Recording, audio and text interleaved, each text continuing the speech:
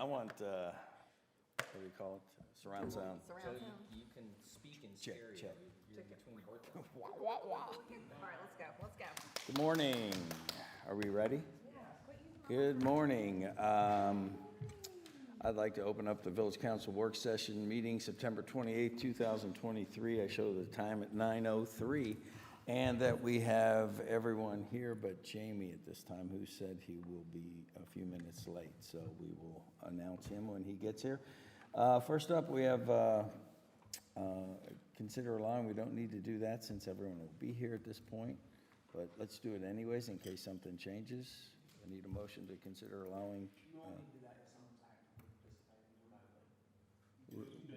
Okay, we can do it anytime. Okay, so I'll move on to the next one, adoption of the agenda. Do we have any changes? Anyone? Hearing none, I'd like to get a motion to adopt the agenda as presented. So moved. All those in favor? Aye. Motion passes. Next up, we have adoption of the previous minutes. Did Why y'all are get these a not on the chance? work session? I mean, why are these not on the consent agenda? We have to review them, then they can put them on there. I thought we already reviewed these. No? Have you read your? Not the- I haven't.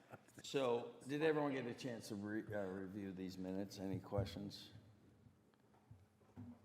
The only thing I had on the first one, and you had my comments, that we pulled, I don't know what that means, pulled over 130 vehicles, I think is what. That was the August 31st? Yeah, the first one. Everything else seems in order to me, no changes for me. Anyone else? I'm fine. I'm good. Hearing none. Wayne, you're good? I'm okay. Hearing none, we'll move on to presentations. Do you want us to adopt them? Oh, wait, let's adopt the previous. All right, so I'll make a motion to adopt the minutes from the work session, August 31st and September 12th regular meeting as with Joe's change on the August 31st. All those in favor? Aye. Aye. Motion Pulled passes. over, not just pulled, Pulled over, yeah. Pulled Well, over. Well, pulled, what does that mean? pulled people. That's a southern Yeah, thing. I got pulled. I got pulled out of classroom once. I recently, Once, once a day. Why am I bringing that up? I don't know. I recently had my tooth pulled. That's another All right. We're PSTD. straight off the rails already. Moving forward, next up, we have manager's report. Do we not have any presentations? Oh, we don't have any presentations. I don't show any, so Okay, we're gonna no move right on. No. Yeah, okay. So manager's report. Who's got morning. this? good morning. Good Who's morning. got this? Morning, Christina. I just want to take a couple of seconds to introduce our new Public Works Director, our very first Public Works Director, Davey. Welcome, welcome. Happy you're here. I am glad to be here. As you all know, he comes to us from Fort Mill. He was a 20-plus year employee there, so we're excited to have him. We are excited to bring the breadth of knowledge that he has to Marvin and see where we can go from here. Yay. Welcome, welcome. Welcome aboard. Yes, welcome. Thank So you. The next thing I have is Village Hall landscape update. Councilman Mortman is currently in process of making arrangements to go ahead and do the entire front half of the Village Hall landscape. Getting a little deer in the headlight look, like he doesn't know what's going on. Yeah. You're helping haul dirt. Yeah, you already signed up for it, buddy. If Jamie you, and Christine will help with planting, okay? if you recall, See? we actually, You just got voluntold.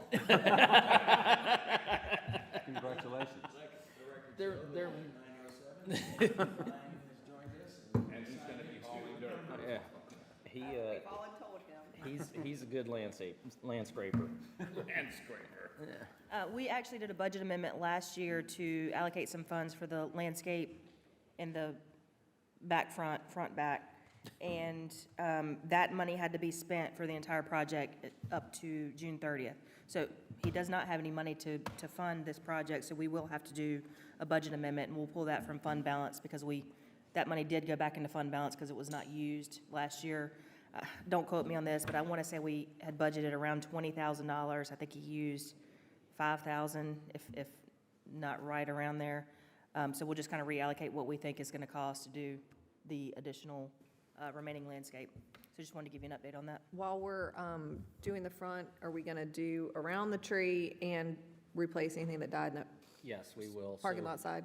So Okay. we'll probably be at the 5,500 mark. Okay. This round, somewhere in there. Perfect, We thank have you. a few things to I'd correct. just like to comment, the front looks It looks so absolutely good. beautiful. I know, it looks amazing. It really does. Nice job.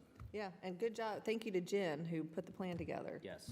She did a great job. Very, very good job.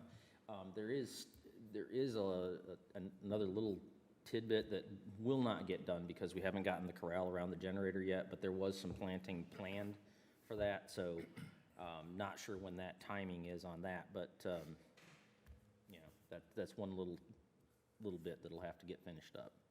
Have we gotten any update on what they're gonna do out by the tree with the memorial?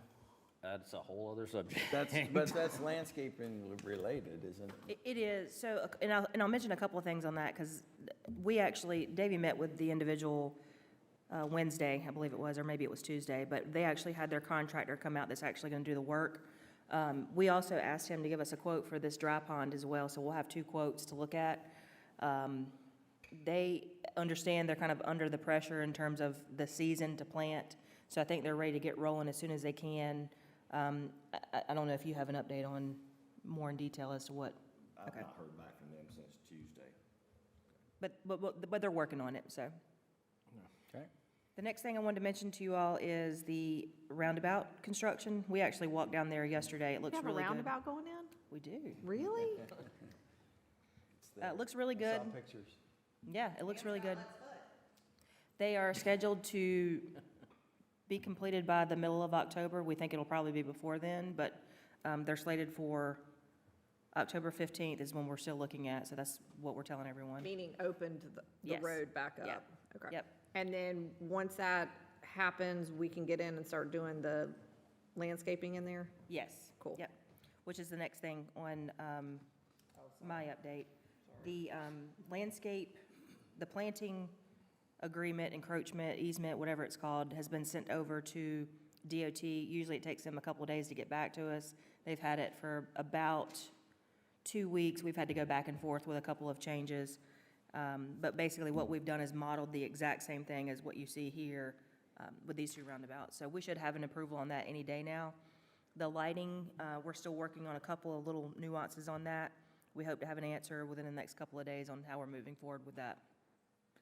So just for the record, I did receive a call from the landowner for that, the lighting, Which property? Odell. Okay, Okay, so he said he just wanted to be on the record, or at least get me share his side of the story, if you will. He goes, he's not holding up anything, it's just the way they had presented it, that it's kind of an open check, or open blank check to them to do what they want, and he's a little concerned about that, which, if you're a property owner, you would. He'd like to see the lines buried, which I think we would too. I think that's safer, so he just reached out to me, and I said I would share that in the, so a couple of things. We've actually exchanged a couple of emails this week. I'm not sure 100% of that's accurate, and I'm not sure it's not accurate. this is what he shared with me. so Right. I But wasn't what telling- lines are gonna be buried? It's a streetlight pole. Right, but the way he said the easement was written or whatever, that they want access to, he said they actually ran a line through a neighboring property that's wires, power lines out, he just doesn't want that in his property. The for one he's whatever selling? reason. The one he's under contract on to sell, that Yeah, property? and if it falls through and he has to sell it to someone else, his point is now he's got an eyesore he has to deal with. So he'd like a little bit tighter written, So I what did they're ask- going to do instead of just trust the public utilities. Right, from my understanding, Matt Balcom, who's with Union Power, has submitted that information to him. Now, whether it's to the specifications exactly like as he wants it, I have no clue. I did ask Matt to follow up with him and give him a little bit more specific details as to the planned location and the questions that he had about the line being buried. He also had some questions about putting in like a swath, a 60-foot swath, like on the side of his property, which is not true. So he had some questions. Matt's gonna follow back up with him. I think they're gonna have a conference call either today or tomorrow to kind of get some of these unclarities hashed out, and hopefully we'll have some feedback from them in a positive note. If it's not positive, what we'll have to do is put the lights in the existing right-of-way. The reason we're not doing that now is because that's not how they were submitted to DOT in the original request. So we would have to go back and resubmit, which is going to take the time to review from DOT's standpoint, which generally takes several months for them to approve those plans.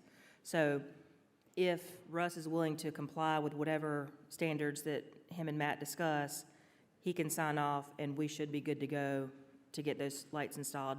Matt has about a 3-week turnaround time, so if he was able to get an answer, if we had an answer today, his timeline would be about 3 weeks. I do know there was a couple of lights that they had ordered that were on back order, and they were scheduled to come in the middle of October. So the timing works out perfectly anyway, so that if he gets the material, he'll still be about 3 weeks out in the middle of October.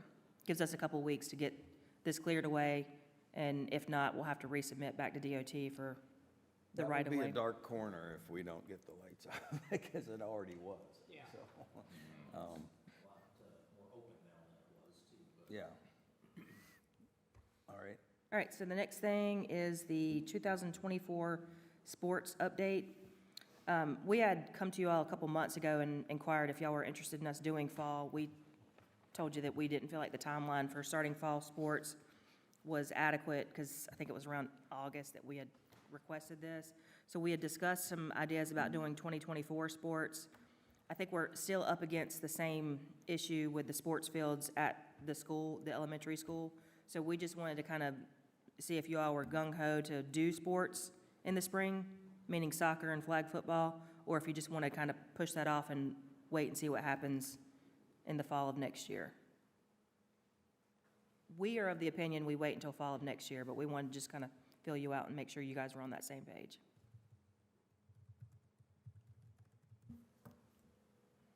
So Are we talking about doing this at the park? No, we wouldn't be able to do it at the park. The fields are, So where are we gonna do it? we would have to figure out some type of solution at the elementary school, which we would be limited based on lights, and then other rentals that may have taken place or that may be taking place during that time. Do we know how much it costs to rent the fields at the elementary school? Tyler, do you know It's that? like 80 an hour, 100 an hour, 80 to 100 an hour. We have not yet done kind of a matrix as to, it's going to cost this in insurance, this in uniforms, this in referees. We would have to sit down and break all that stuff out to figure out a number of how we would break even and goals. I would like to continue down that path, because I think at some point, we're going to do something somewhere. Okay. So I would at least like to continue down that path of what the fields cost, how many fields we can get, when we can get them, what uniforms are gonna cost, what refs are gonna cost, like, things like that. Like, I would like to at least continue down gathering that information, because if we decide to do it, then we'll have that information instead of, and we're gonna do it at some point. It's a matter of when we Okay. do it. So let's Well, just keep moving down that road. Along with that, I'd like to see what kind of public participation we're going to have with it too, so that we can kind of match up all those things. Because if we got more interest than we do fields, then that could be an issue. How do you want us to go about finding that information out? How about that working group? Can they do some stuff along those lines? Kind of feel out for what they came to us with the No, I working know. group idea, so maybe they can shed some light as to what kind of demand there is for it. Just so that just for planning purposes, Okay. and see how quickly we really need to push it, or should we wait until? We can work on Next something with fall. that. Okay. And we'll try to, between now and the next work session or two, we'll try to come up with a matrix of, these are all the costs, these are all the breakdowns, this is kind of some parameters. Question, you said uniforms and things. Hopefully they would have sponsor, if not, the only thing you're talking about is T-shirt, and you can, and then the other thing would be the flags on flag football. So, I mean, you're talking about minimal expenses for that. But I mean, Yeah. whenever anybody like signs up, like you have to pay a uniform fee. Yes. So I mean, like, I mean, every time Jason played a sport, he has to pay for I mean, there's fees that are associated with it. They have to pay, that covers uniforms, that covers part of the field rental, that probably covers part of the referees, but yes, I mean, but I would like to know what those costs look like. Okay, we'll get that together. Balls and nets and flags and paint and for, chalk or whatever. Okay, next thing I Shut wanted to mention is the holiday light schedule. As you recall, last year, we consulted with, I can't remember who it was, but they actually came in and put lights up at Village Hall and at the barn. Quote was around $10,000, give or take. We actually are gonna get the guys to do it in-house. We've got some really good, high-quality lights that we really like. They're gonna do it for about $6,000, probably a little less than that. So just wanna let y'all know that those lights should be up by November 1st, and hopefully they'll be a good, solid process this year. With the 6,000, that's just the purchasing of the lights, or is that including the labor to put them up? No, it's not including labor. It's the lights, the reefs, the hangy things, the equipment that's needed, the totes that they're gonna have to be put in, just kind of everything. So that's a long-term investment then, so it'll be just labor Yeah. from our Yeah. Public We- Works from we here on hope- out. We have the community garden shed that's at the park. We've actually got a bunch of lights in there now that are really old, and we've got about 10 totes in there that they're gonna just basically replace. What do you intend to do with the old lights? They're gonna test them out and see if they still work, but they've been sitting in there for years, so. Maybe about, the gym equipment out there, the playground equipment, somebody might buy it. Yeah, yeah. We'll dispose of it if it has value. If it has value, we'll dispose of it properly. More junk coming to the garage. That's true.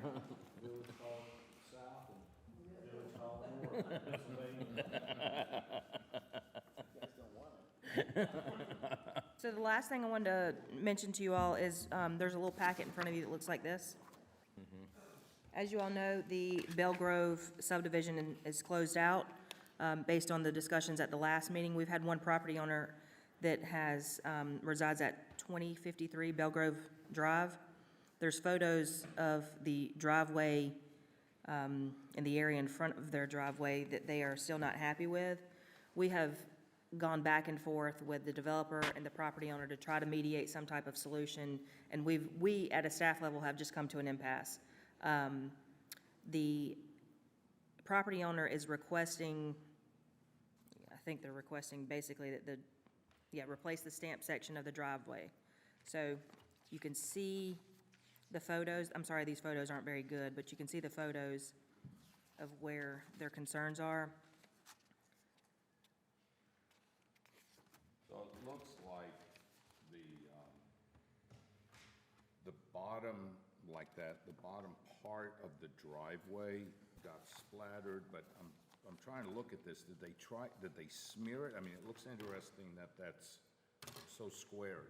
It looks, Is this something that the village did? The village did not do that. Okay, then we don't even need to have this conversation. Yeah, Like, this is a civil situation. My landscaper messed up my backyard, and I need to file a Should we complaint. call you and And- Hunter, and you guys can try to figure Yeah, this Hunter, I out? need you to come back and take some pictures and do some stuff. This is absurd. Yeah. Take this and It's too this. steep. We can't, we gotta take care of village issues, not residential issues. This continues to come up, and I think it continues to come up, because we always try to go above and beyond, but now that's starting to come back on us, and that's the one thing for me, I don't, that's why we set precedent. And if we just gotta be consistent with it. That, I don't want this, for me, I don't wanna see this on the desk anymore.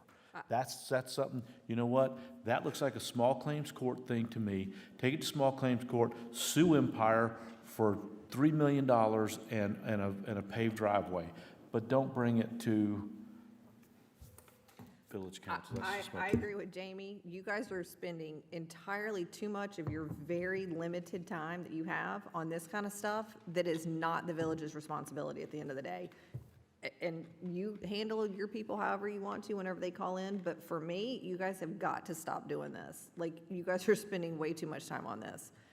Tell them this is not a village issue. Call an attorney, call whoever, but this is, no more. Well, and legally, there's nothing that we could do to help them if we wanted to. And I don't want to, based on the fact that it has nothing to do with our responsibility as a village. We did not do any of this damage. We did not facilitate any of this damage. This is simply a contractor situation, and it's a private driveway that was damaged. We have zero to do with it, and I'm sorry, but that's just the bottom line. We have zero to do with it. And I'll just want to add just a few things. So one, the decorative driveway was put in by the original developer. It was not a part of the bond that you guys reviewed and released, with those contingencies at the last meeting. I did meet out there with the property owner, or the property owner was out there when we did our inspection on Tuesday. I did kind of convey to him that, hey, I will try to ask Empire, but as it's been stated, this is mainly a civil issue that they need to work this out between the developer and the property owner themselves. And I think that he kind of understood that to an extent after I explained it, that we don't have a way to, from a bond standpoint, to hold their bond any further, anything of that. But Empire has agreed to at least consider potential repairs, replacement. So I'm letting that then play out between the developer and the property owner. You've already spent way too much time on this. Like, So I did advise the property owner roughly the same thing, that our hands are tied. It's not a bond issue. The only thing that I could do is present this to you all and ask you if you were willing to allow our legal counsel to send a letter on their behalf. no, I think the answer is no. absolutely not. So we'll relay that message to the property owner. I mean, when I have a problem, should I call up Chaplain, a personal problem, and be like, hey, Chaplain, do you think you could maybe draft a letter because I live in the village and you're the village attorney? I'm kidding. I mean, this is absolutely ridiculous. Like, this is, And that's all I have. All right. Thank you, Christina. Next up, we have clerk and communication. Normal list that you see every month of communications, a lot of, it's very event-heavy this month for everything we have coming up, with the Fall Town Hall meeting, Moms on the Move, Trick or Treat, Brew and Q, Friendship Tree. Other than that, Coffee of Council, meeting notices, pretty standard stuff. May I add a request of council, if we could do this? Because I'm learning this, but it affects our schools. There is a huge shortage with school bus drivers, especially activity drivers. are you So- volunteering? That is Well, so nice. I was going to think about it until you just asked me, and then I rethought it just now.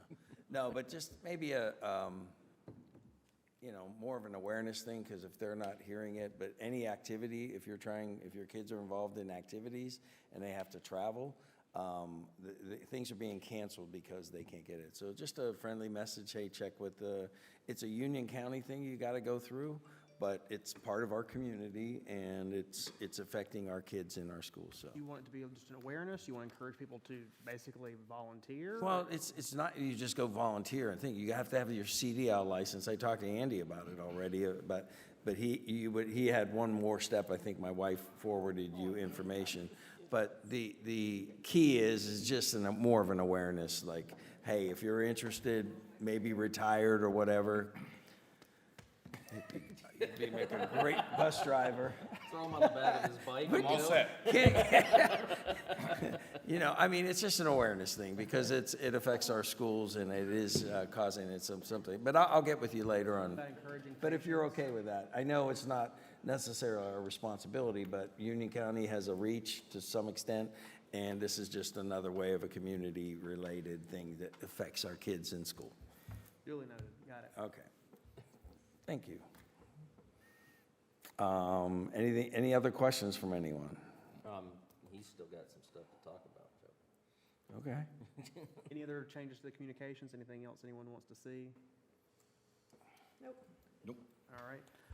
Weather vane, as you all know, it is here, and will be installed, I believe, at the same time as the holiday lights, when the guys have a lift out here. So you'll see that going up in the next, month and a half or so. Time capsules in the ground. The marker was delivered the other day. If you haven't seen it yet, stop by before you leave today. Looks very nice, and we'll be posting about that in the newsletter coming up, and we'll do a couple extra social media posts on it as well. Hey, and I just wanted to mention, we are getting quotes on the weather vane because our guys don't feel comfortable doing it. That is not something that we budgeted, so we will have to come back to you all for a budget amendment on that project. Andy will do it. He'll sign the waiver. It's fine. Oh, no, you won't? Okay. No, because Joe wants me to drive a school bus too. Yeah. A lot of things for you to do, many hats, many hats. Okay? Who's gonna operate the truck if they fix it up? I will. Good I'll wear Lord. my hard hat. If you guys haven't seen the time capsule little placard, it looks very nice in the ground. You guys walk over and look at it. It looks I really did nice. look at it. I forget what's in it, but I did look at it. I think we put one of your dresses in there. We did. And my hard hat. All right. Anything else? Good. All right, thank you. Next up, planners report. Council, just got a few things that I want to update you guys on. The first being Belgrove, we did do an inspection on Tuesday. The engineer and I did regarding the two contingencies of their bond release. We have found that they have met those, those contingencies and made the necessary repairs to be sufficient. So I will be releasing the bond today. Second, is there any questions on that, on Belgrove? Okay. Second being legislative update. I know that council members brought to our attention the House Bill 488, which dealt with some residential building code stuff. It did get passed, got passed, vetoed, overridden, so it has become state law now. There are some parameters in there that I'm still kind of working through, and I've looked at some of the North Carolina Planners Association kind of detailed breakdown of it. There's still some, I feel like there's still going to be some things that's challenged in this, but essentially it's established a council, an appointed council to revise, enhance the North Carolina Building Code. But the worry is, and this is why the governor vetoed it, is potentially that they might reduce some minimums, making houses not as safe. It also then could impact FEMA disaster funds because some houses that aren't built to a certain standard. But I'll still kind of be tracking that. There are a few others that I was looking at that I know that we mentioned earlier in the year. They've kind of just like died or stayed in committee. So there's nothing else on the radar that I'm aware of at the current moment, but I'll try to keep staying on top of it, and if anything else pops up, I'll let you guys know. Greenway Trails updates. Tullamore Phase 3 is done. Tullamore Phase 4 is we're trying to figure out how to finish that one, meaning the original intent is to connect it with Amber Meadows. I have submitted a formal request to Amber Meadows HOA requesting roughly a 10-foot easement on the side of the property to tie in the two trails. Waiting to hear back from them. I will continue try figuring out something with the towns at Audrey. They're just not being responsive, so that's why we did go the Amber Meadows route. If an easement is not received, I think the intent is then to just actually bring the trail up to, is it Rocky Hollow? Is that the road? I think, Rocky Hollow. Kind of making it like a trailhead where you at least have a continuous loop where the trail just doesn't end and you just have to like turn around. So, and we might do that anyway and then can still work on a connector piece in the future because we can just come back in and tee it. So hopefully we'll have some news from Amber Meadows in the next week or two on getting that easement. We do, where's that? The Preserve Marvin Creek connector. Milan and I met out, Tyler and I met out with Milan about 2 weeks ago. We have that figured out. They're supposed to be voting on it on Monday. Should be good, but there is going to probably be, there will be a revised quote from Blue Ridge Trail Works, because of where we had to relocate it. There will probably be a minor footbridge that we'll have to add into. Any questions on that? Well, you're next. All right. So the Jones Homes neighborhood that's going into the Heritage District, so the Heritage at Marvin subdivision, they are starting to work on their street names, and they wanted to ask us if there were any, like, names that are, that people think of when they think of Marvin. I mean, I thought Vandy Way would be great, but, you know, I don't think that's gonna fly. But no, is there anything like with the heritage of the community, any roads, or are we just gonna tell them to figure it out? Well, They wanted to ask us if we had any suggestions. what comes to mind would be the Ross name, being that they are the most famous family ever to live in Marvin. That would be the first thing that comes to my mind.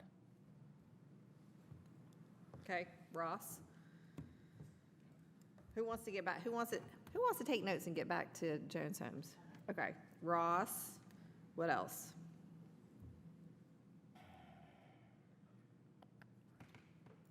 What are we trying to? Anything that's streets do we have? synonymous, I don't know. Can we, And Ross was ROSS. There's no. Yeah. Okay. I mean, can we do some kind of descriptive names like Equestrian Street, Equestrian Drive? We can do, I'm just trying to think outside the box and just do some kind of descriptive things, but that's my take on it. I mean, you've got the horse, like, you've got PDS with all the horse names of racehorses.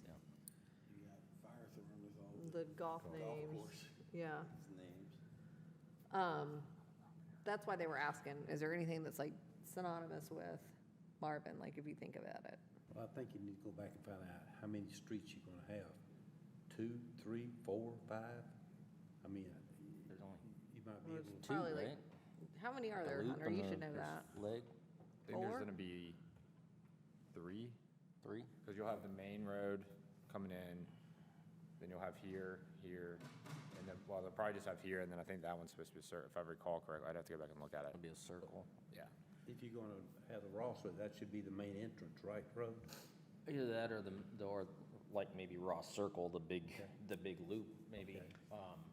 There you go. Good job, Barbarino. What else we got in there? Well, I'll throw out some names that I'm looking at here. First off, some of the Marvin sites, so there's like the J.J. Roan House, so I'm just saying Roan, but that's too close to Ross. There's Crane, there's Maggie 600 acres, so it's like Maggie Lane, just thinking. Maggie and Sally, now this is interesting, because there's two women, so it's Maggie and Sally, Sallie. So you got like Sally Street, Maggie Lane. Real quick, while they're looking at that, can you pull that word doodle that came out of the branding? Because I know that there was like one word that people used to describe Marvin. You Like, know, maybe that will about give them the some Rosses inspiration. For that particular development. But I can look.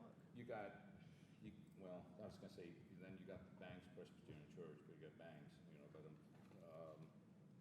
But being heritage, being it called the Heritage, I think that the Ross family should be, that would be my vote, is And to it's anything to do with the Ross family. now you got the the names of the Rosses, Susan, Dennis, and John, but, Ross Lane, that's there.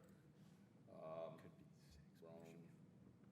Supposed to be 6, but it's gonna be 4. No, the way that they have it laid out, because it's the middle incoming road, and then it goes like this, and this one turns into a cul-de-sac down here, and then there's the middle road keeps coming in, so it should be 4, if you think about it, like 1, 2, 3, 4. But I guess if they wanted to they could do 6, because you have the center lane that kind of divides the roads, but I think there would most likely be 4. I think less is more. I mean, we could do Crane. Banks. Crane, Crane Banks, and Road. Ross, Well, we've got Crane Road, so we'd need, Crane Street, yeah. Ross Boulevard. Boulevard. They keep talking about, the land inherited by Bob and Mittie. Mittie. But I'm just saying, go back to Maggie Sally. That's really, Probably tap into the guy that wrote this, and he's, Well, all that information's right there. I mean, I don't think you need to do that. I can also pull the historic report from NCDOT for the roundabout, and it has a lot of good information in that could have some historical data. Yeah, who And- used to own the White House, the yellow, where the White House is? The one on, the big white house The big on white, corner? yeah. Who used to own that? Come on, Joe, you should know Who that. built that one? I don't know. where we went. Yeah, Detweiler. That was the Detweiler house. I'm sure they were influential people in the day. Yeah. That's a big house. Okay, well, there's There's some some names. There's some suggestions for So I've suggestions. got Ross and Crane. I would do Roan.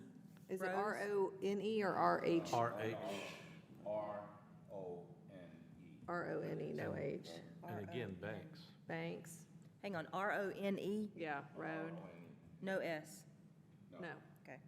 This way Banks. you're getting thrown with the S, and you're looking at the Rosses. You know, you got there, but it's Ross. Ross. So Ross, Yes. Crane, Roan. Yeah. And you got, like I said, if you want to play Banks. around with Maggie and Sally. That's 4. Maggie Lane and Sally Lane. Banks. Yeah, Banks.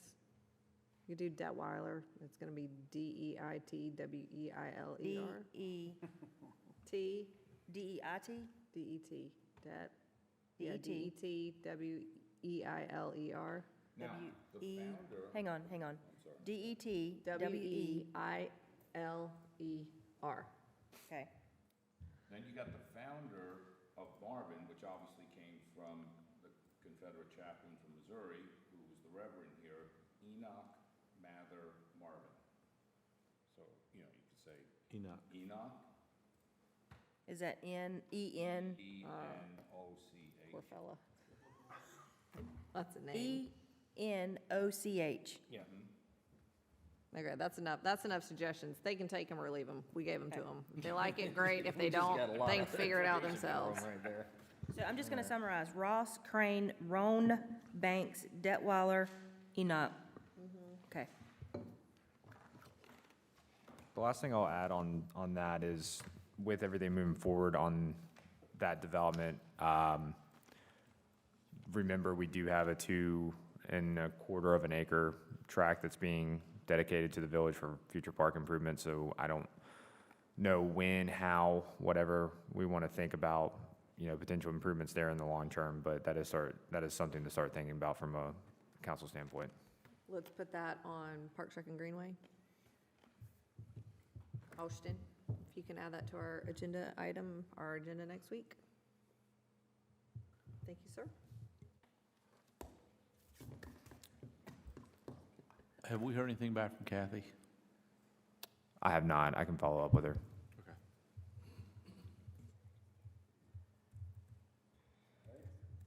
Anything else?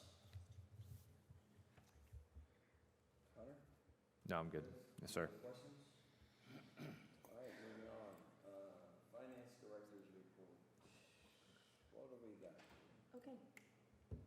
So, sorry. All right, so the first attachment that you have is just the collection report. I get these once a month from the county who's collecting our taxes, so I just thought if y'all are curious, I could start including it for you. This is the report through the end of August. As you can see, some of the tax revenues already starting to come in from people that pay their taxes early. I mean, the bills go out, I think, in early August, and some people have already paid. What I really wanted to draw your attention to was just how good of a job Union County is doing collecting taxes for us. They have about 100% collection rate for the last 2 years. So I'm really pleased with that. I hope you all are too, and we should be. And it's just a big, you know, weight lifted off of staff to not have to be trying to collect these taxes. So doing a good job so far, but just really, this is really just FYI, information only. If you have questions about it, I'm happy to answer, but otherwise, I'll just start including these for you as often as I'm getting them in your packets, probably on consent or something, but that's that. Any questions on the tax collection or revenue?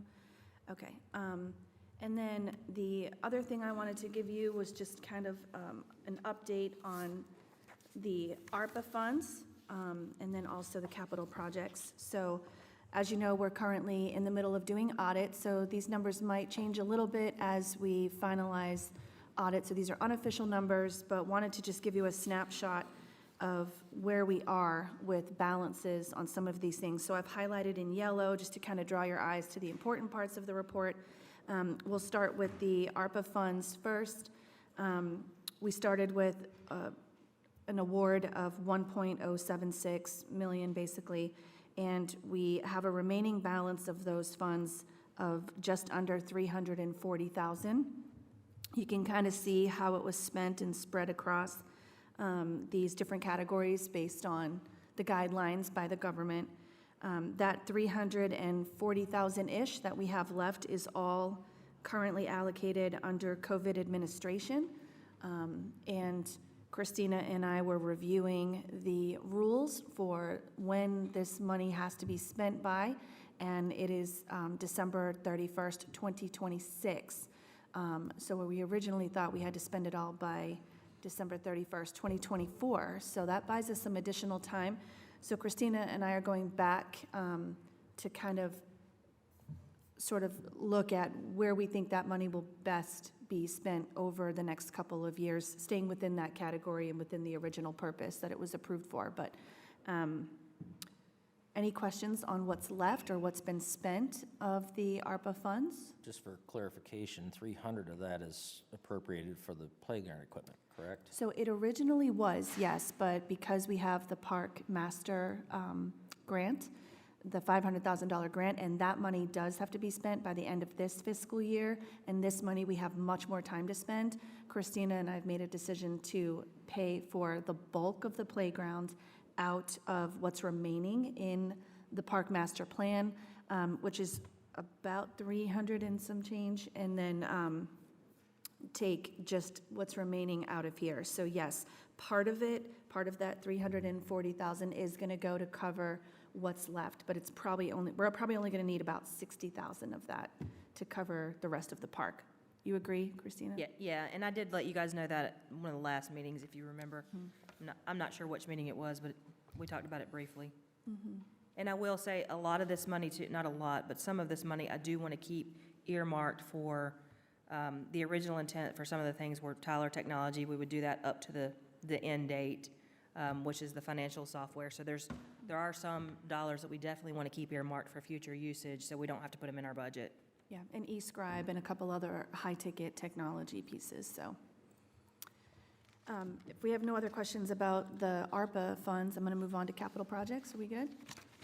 Okay, so on the next page, it's just an update. We started the fiscal year with just over 222,000 in our capital project fund. It was earmarked across 3 projects. We had 25,000 earmarked for the farmers market. Obviously, that money is still earmarked because we've had no activity with that project. We had 108,000 and some change earmarked for Village Hall Capital when we first opened these doors. We have roughly 15,000 left in that line item right now because we had a lot of activity during the last fiscal year after we opened the doors here. And then Greenways and Trails, we used to have 2 separate accounts, one for maintenance, one for expansion. It just kind of got confusing, so we just decided to merge those into one capital account for Greenways and Trails, which we did via ordinance with you all months back. We started off with about 88,000 and some change in that fund.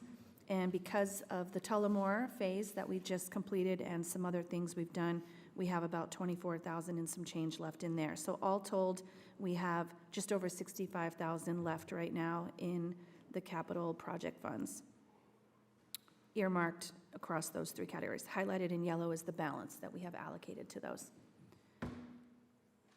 Does anybody have any questions about our capital projects or the fund? I'll note real fast, because I don't see it listed here. Jill and I still need to get together on the Greenways and Trails, because we do have some money Vehicle tag. for vehicle tag that we still have to figure out how much can go towards that and versus roads and all that fun stuff. So we have not yet had that opportunity, but there potentially is some money floating out there that needs to be put into this fund. We just have to figure out how to portion allocate it out.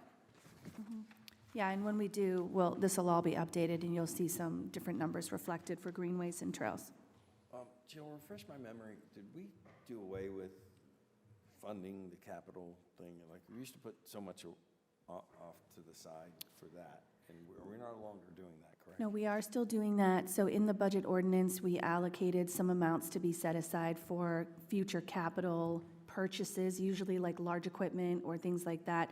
That is a line item and an account that we have that is separate from capital projects. Two separate things. I think what you're referring to is a policy you guys created 10-plus years ago, and it says something to the degree of, we put so much money aside based on the budget, as long as there's no current capital projects that are going on. You probably don't even know about this. It's so old. But we haven't put money in that, we haven't implemented that policy in so many years because we've constantly had an ongoing capital project. The way the policy reads is if there's any ongoing capital project, we don't have to do the putting the money aside. That's one of the policies I would honestly recommend that we go away with. It's just so old and outdated that we're constantly going to have capital projects going on. What she's referring to is we do have a couple of funds that we've set aside a couple years ago, or maybe even last year. Councilman Mortman discussed the possibility of having a capital reserve for future maintenance equipment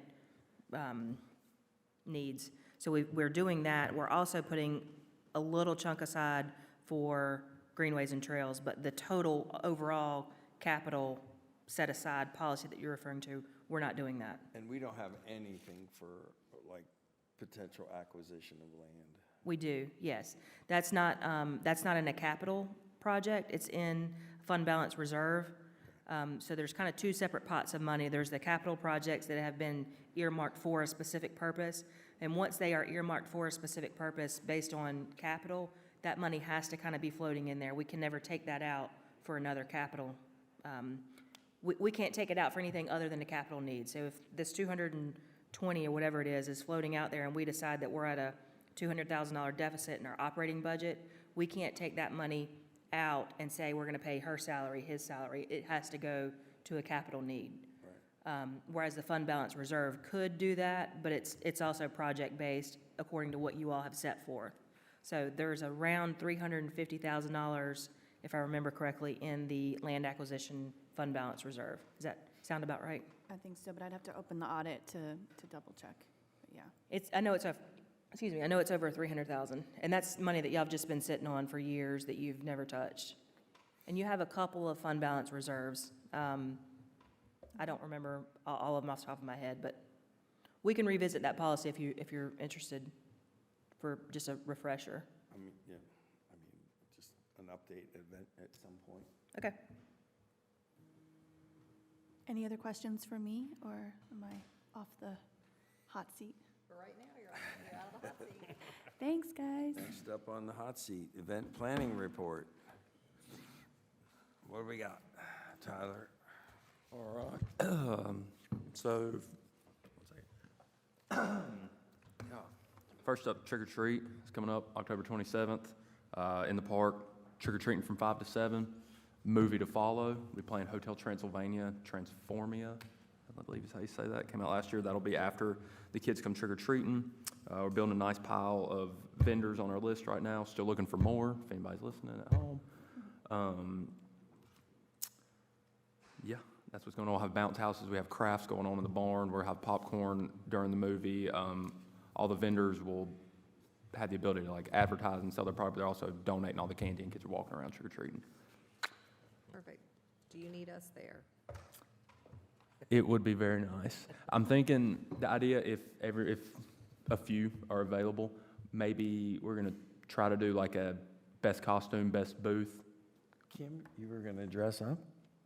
No, I don't dress up. I will most likely be there, being that my daughter told me this morning that she saw the sign and she is ready to go, so. It's a colorful sign. Yeah. The ones running for reelection can definitely host the votes. Oh, yeah, did you hear that? Say that again, Tyler, say it loud and clear. Loud The and ones clear. running for reelection can definitely be the ones hosting the best costume, best booth vote. Thank you, Jill. Thank you, Jill. All right, Cans, kiss babies. Shake babies. any other things on trick or treat? Any questions? No, you don't need any more sponsors then, right? Yeah, definitely. Yeah, we're absolutely accepting as many as we I can. misheard. Yeah, we're taking on all the vendors, Okay. anybody that wants to come. $25 fee. I'll reach out to some. So, and I encourage all of you to reach out if you know anyone that would like to participate. You don't, you have no contacts. And then, so for Brew and Q, that'll be November 18th, from 2 to 5. Would love it if everyone here could be there for a little stint of it, at least. We're gonna try to have you guys be the judges. If there's any point, like I know people's times are gonna fluctuate, there's a point where everyone's there together, make a little vote, kind of giving away a prize basket, based on best barbecue. I will be flying in from out of the country. My family will be at my house, so don't think about robbing me. I am leaving, so my family will be there, so I will probably not make it. My flight doesn't get in until after 3. Sorry. Fair. I told you guys to do it later. If it ended at 6, I'd probably be able to make it there by like 4:30 or 5, the 18th of November. Saturday, the 18th. Please put it on your November. calendar. So if it goes till 6. It's already there. Yeah, I'll probably be there about probably the last hour or so. That'll work. It involves me eating I'm and just happy. testing. I mean, I would love to be there. I mean, how better can that be? And I mean, if we're any- going for dinner.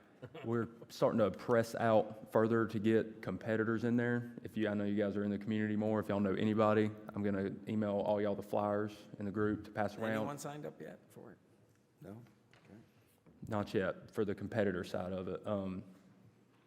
But I'm gonna get it, I got it out to the sheriff's department the other day. They give it to Officer Tommy, a bunch of guys down there. And if you guys wanna pass around the local community, we got it going up on several websites around town. We're doing a total of 10? That's the goal. If 20 wanna come, sick. Do we have a flyer for it yet? Mhm. Can you send it to me and I'll have them posted on the elementary and Just said middle he school? was gonna send us all the flyer. Yeah, I wasn't listening. Wait till you get older. But, Just saying. Lucky you're not sitting here. so that's for Brew and Q. You for. If I kick you, will you kick Bob to kick Andy? I'll do that. So we got the tree lighting on December 9th. It'll be from 5 to 7. We're gonna have a little bit of live music. We're gonna have cookies, coffee, hot chocolate. Santa Claus will be in attendance. We'll light the tree up, a little 2-hour, 5 to 7. That's about it on that. Marvin Day, 2024. It's coming up on us quick. Back to tree lighting, are you doing with Santa, you're doing like a drive-through and like him driving him around anywhere? We're just bringing them to the park, to the Okay. barn at Get him 5 straight to o'clock. the park, Get them him in there, his chair. get the chair, get the pictures, get the cookies. Sober. Hopefully. Yes, we've had issues with that now. And Okay. then, yes, for Marvin Day, now we're buckling down on sponsorship, advertising. We've gotten a lot of our marketing tools down. Also, we've got a video from this past Marvin Day that we had put together. You want to, You guys want to see that now? No, let's talk about it when we get. you want to wait? To be continued. All right, well, that's it for that. Any more questions? How did the first Moms on the Move go? Anybody show up? No? No, but it was, I was gonna say, I only saw it a couple of times, so I would have it as its own freestanding, like, email. yeah. Like its own freestanding post on social media. We've already had freestanding posts on social media, but I've also used some selling emails. Okay, yeah. I didn't see it on Instagram. Might get a little more, this fall with the weather Yeah. cooler, you might get a little more And interest. That's what I was thinking. And you may want to, in that, you may want to say, like, because I know it's Moms on the Move, maybe in like parentheses, you don't have to bring your kids, like, Open to anyone, yeah. yeah, like, just, you know, You don't have to You don't have to be a mom. Don't have to be a child bearer. Yeah, About a stay-at-home dad. totally be a If stay-at-home that's gonna dad. be, if that's gonna be something that's a regular, would we not consider creating a sign like Coffee with Council, Moms on the Move, this, whatever? I know Tyler's changes the location every time, so The bulk of the advertising is going on online just for the sake of like, when it goes out, like, it's gonna change every time, like, this week is supposed to be here, and then like next week's at the park, and then like 2 weeks from now it's Tullamore Trailhead. Just But if we- generic moms on the move. Just something that says Moms on the Move. Moms every on the Tuesday, Move, Thursday. Yeah, this, that kind of whatever, thing. but it can be put, you know, like if it's at Eford Park next week, we put it at Eford Park. If it's gonna be here, we put it here. I'm just trying to, Yeah. I'm just trying to get activity and We could probably get like a yard sign like we've done for Marvin Day and just stick it in the ground at the park. A lot of the moms bring their kids to the playground and they might see the sign and then we can have like a link to the website where they can get the dates and times and locations, yeah. That way it gets directs the information. Okay. Any other questions? All right, moving on. Coffee with Council debrief. Joe. Joe. Once again, I think we both subbed for you guys. You weren't able, but you didn't miss much.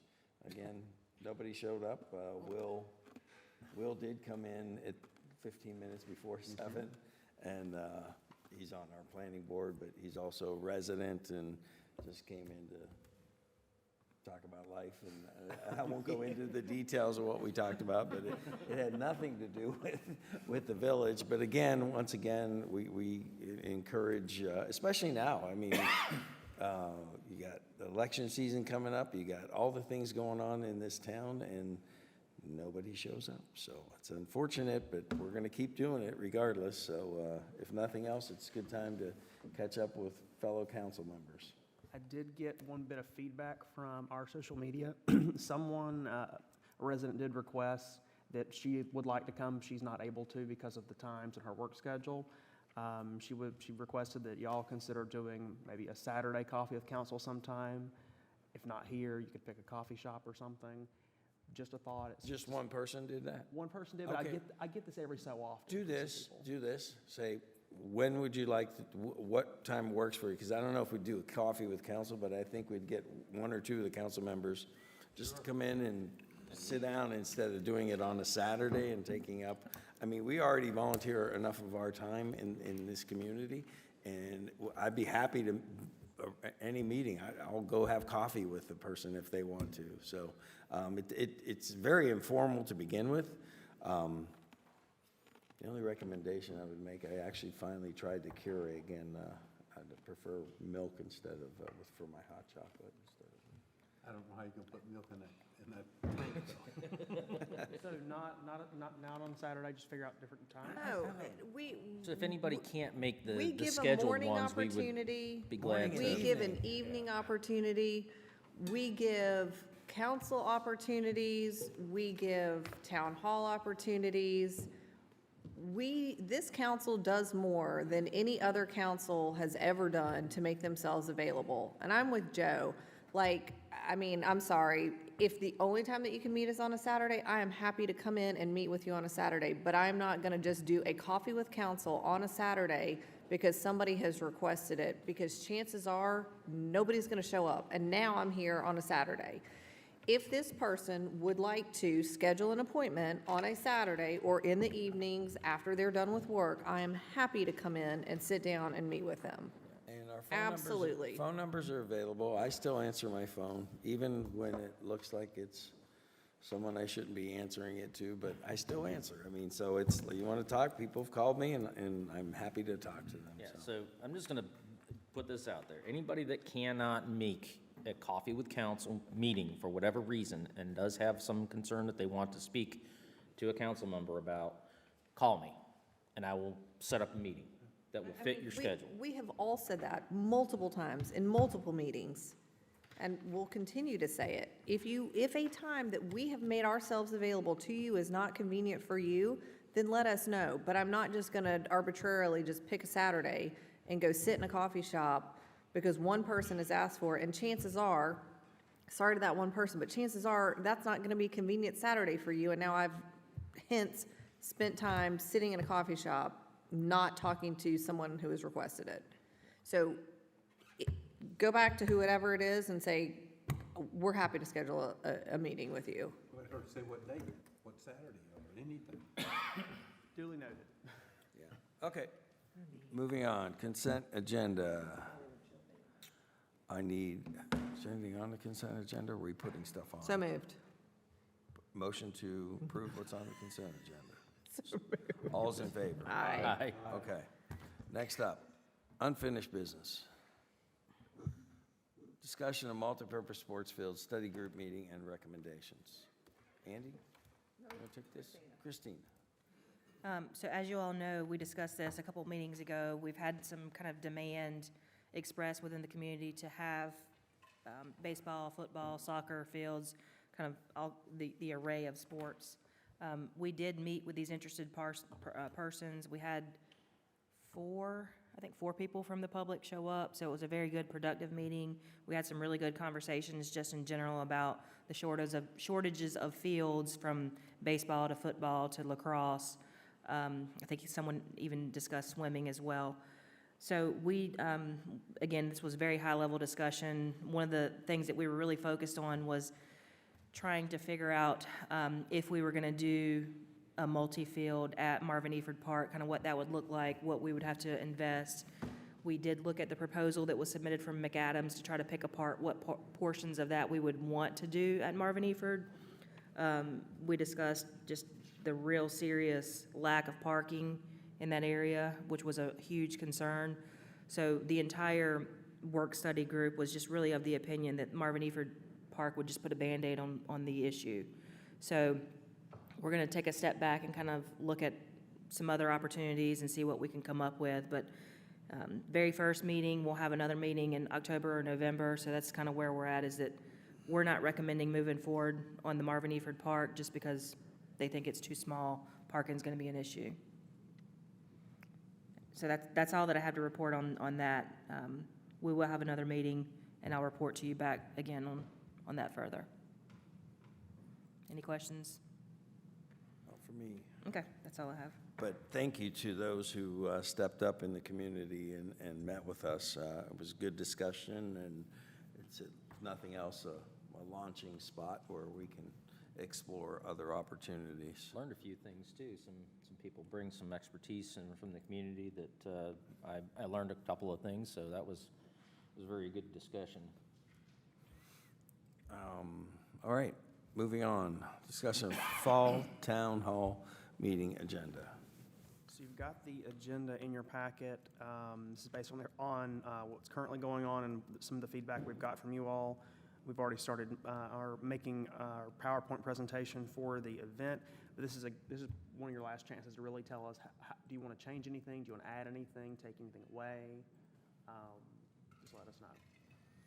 Do we need to have the update on the Marvin Newtown roundabout construction? Hopefully it'll be done. I've got it on there as a placeholder just in case. Okay. But we'll take it off if the project is done before. Okay. Jill, are you really going to dive into like the GO bond? Will we have some education materials from our people by then that we can really be like, this is the equivalent of Starbucks or whatever, however we're marketing it? We hope so. Christina and I have to flesh out what to include on those slides and what we're going to be ready to kind of discuss at that town hall. Similar to what Austin just said, right now it's a placeholder. We may ultimately decide to remove it as well if we don't feel that we're ready, but we probably will have some discussion on there. Talk Yeah. about it. Yeah. Like, we've got to at least tell them it's coming, it's going to be on this, you know, this ballot. This is what we're planning on adding to it, what it's going to, okay. Yeah, we want to talk about it, and hopefully we'll have some materials from Granite Sky by then, but if not, we can at least use it to let people know what's happening. Okay, very good. So the schedule, the communication schedule was updated, and we are supposed to have our first frequently asked questions back for the website by October 2nd. So we should have a good little chunk to have in those slides by then. So historically, this has been very low attendance. Any thought put into how we bring in, I'm just trying to think outside the box about what would draw people in? What Food. interest? Food and wine. Food would, obviously, maybe. A dunk tank? Not a dunk tank. I was glad that Dunk Tank wasn't on the Halloween thing. I looked at that real carefully. They're gonna bob for apples or bob for Bob, but anyway. I don't know, something fun like, Magician, but you want a no, magic show? no, maybe if you attend, you get a ticket and we do a raffle and someone gets a nice gift or whatever. I'd love to A see picnic people here. basket with a blankie. Or how about, like I a love week that. That stay was at so your nice. place, or No. something like that, so. No. I don't know. The village can't I'm afford that. just thinking outside the box. I've just been, I'm just stating it, a fact that it's been disappointing how many people are either online, or we obviously don't get them for, we can't be doing everything right. So, I mean, I want people to tell us what's going on or what the issues are. and No stuff. matter what we talk about, or what kind of wine or whatever else we've done, we've really never had good showing of people other than the continuous people come by when we first started looking at the village hall. I mean, they wanted to see what we had, but nothing else, I mean, Again, I'm just trying to I mean, brainstorm on we how could I do can like get. a I'd raffle love to get 10 basket. people.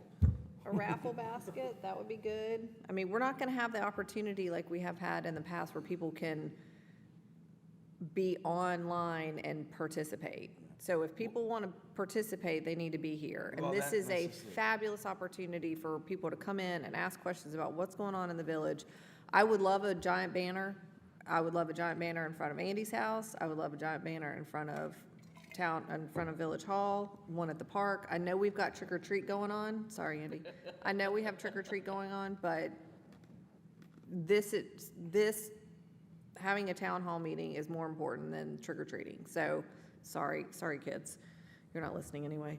But I mean, I agree. We've got to do something to get people in. We should already be sending this out. Like, this should be a constant, like, in your face, on its own. If nothing else, encourage the up-and-coming residents, the students at school to come, at the high school, maybe get extra credit from, history teacher or whatever, and just to come and attend and be there. But ask questions that, no question is, So I would throw this back out to the HOAs as well, to let them put it on there. They're not doing, we say that, I we know, say that, but they don't do anything. I know, but I haven't seen anything for mine. So if they put it out there, say, excited to announce town hall meeting, village town hall meeting, go meet your council people, go see your new town hall.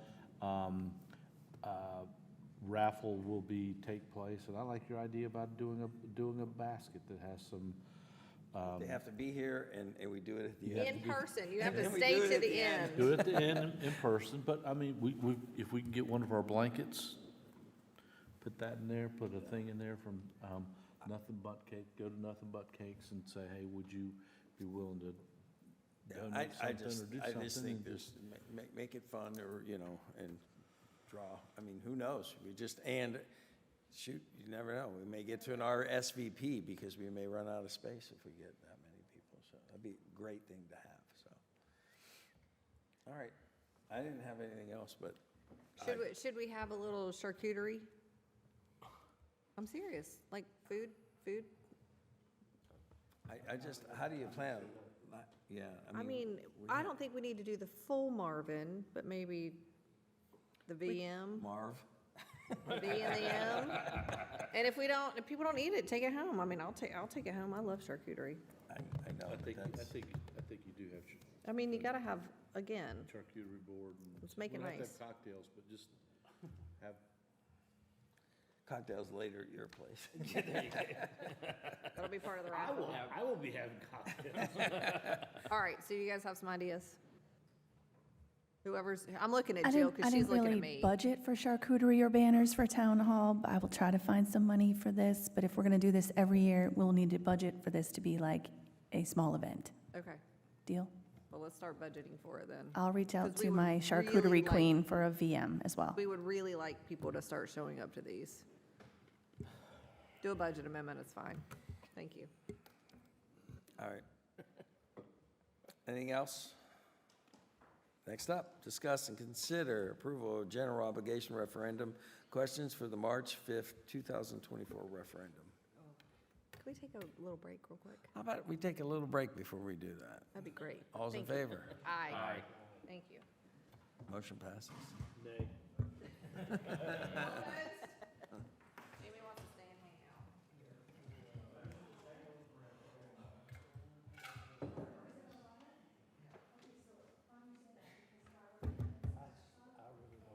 Dave, how you doing?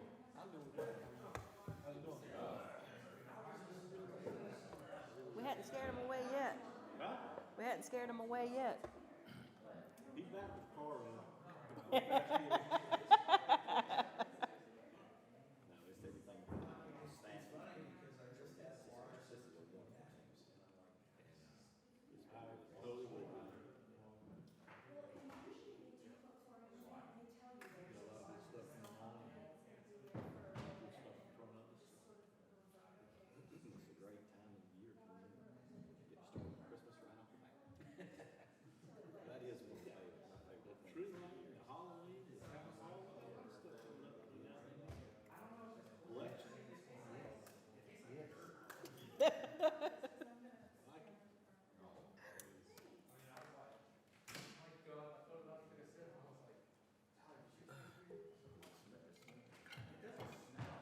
It probably needs to run for a little bit. It's probably stagnant water. You and Joe, what do you think get the people to come? I think everything y'all are seeing is nothing abnormal. People just aren't interested. We're a sleeper community. We're a sleeper community, and it's hard to overcome.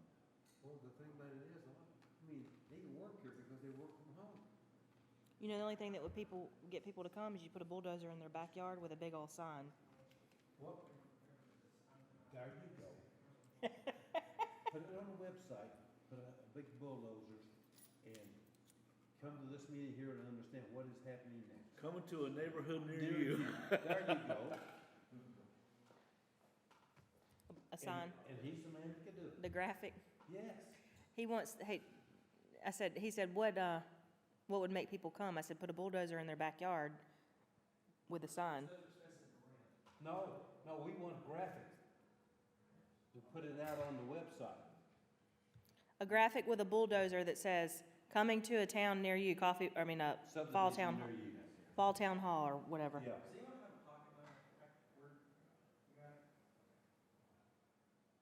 What's wrong? When they repaired this panel, they jammed this little plate back in the bottom of it, so you can't get inside of it. It's corded dislodged, so you can't use the panel all the way around. Oh, really? Personally, I think that's great. Tell them in the open session. Okay. And the thing about it is, to say also, this cannot be discussed except in the confines here at the meeting. Yeah, just bring it back up so y'all can all. Okay? I think you're right. It has to be something dramatic. Yeah.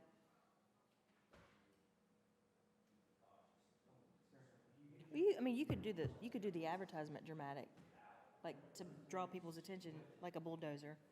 But I wouldn't scare them with some, Coming to yeah. a neighborhood near you. I wouldn't scare them with something like, Crazy ass people. you could make the bulldozer hold the sign, and then it says, Fall Town Hall. Yeah. Oh, put a bulldozer in the yard. What? No. Oh, good job. What'd you do? My panel wasn't working, so I tried to fix it, and then I just took that whole. There we go. Kim. Or Christian. A bulldozer is only meant to be to attention. Yeah.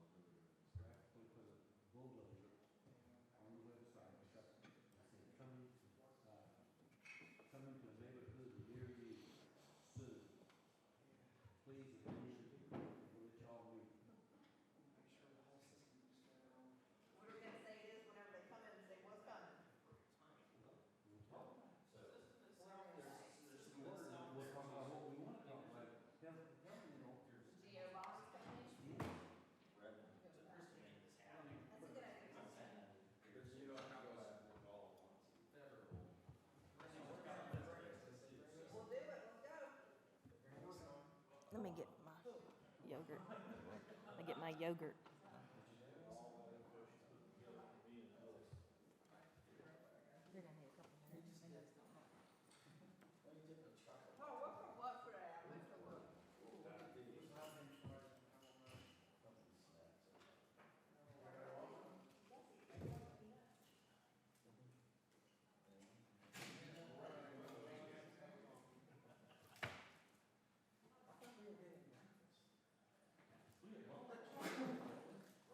You can call it anything you want to, Joe.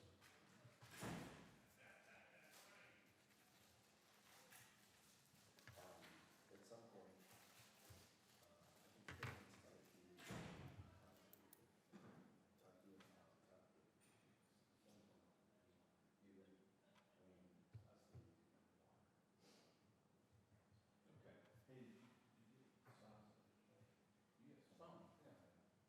I'm still, we need him on Tom Short.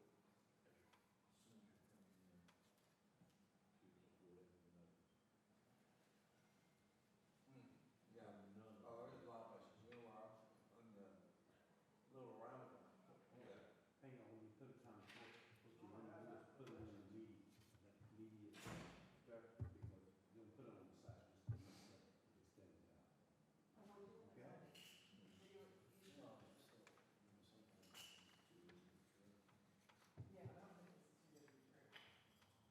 What you thought, I got to take it. Go ahead and remember how to put it aside, DOT says no, they're all down the side, DOT for the right of way.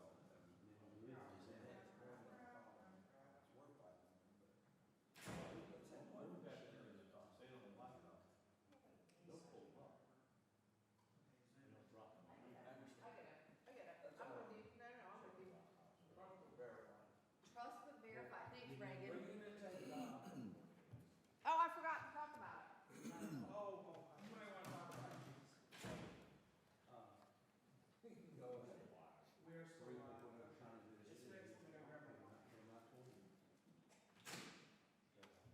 Joe, can you give me the sign, I'll put them on draw.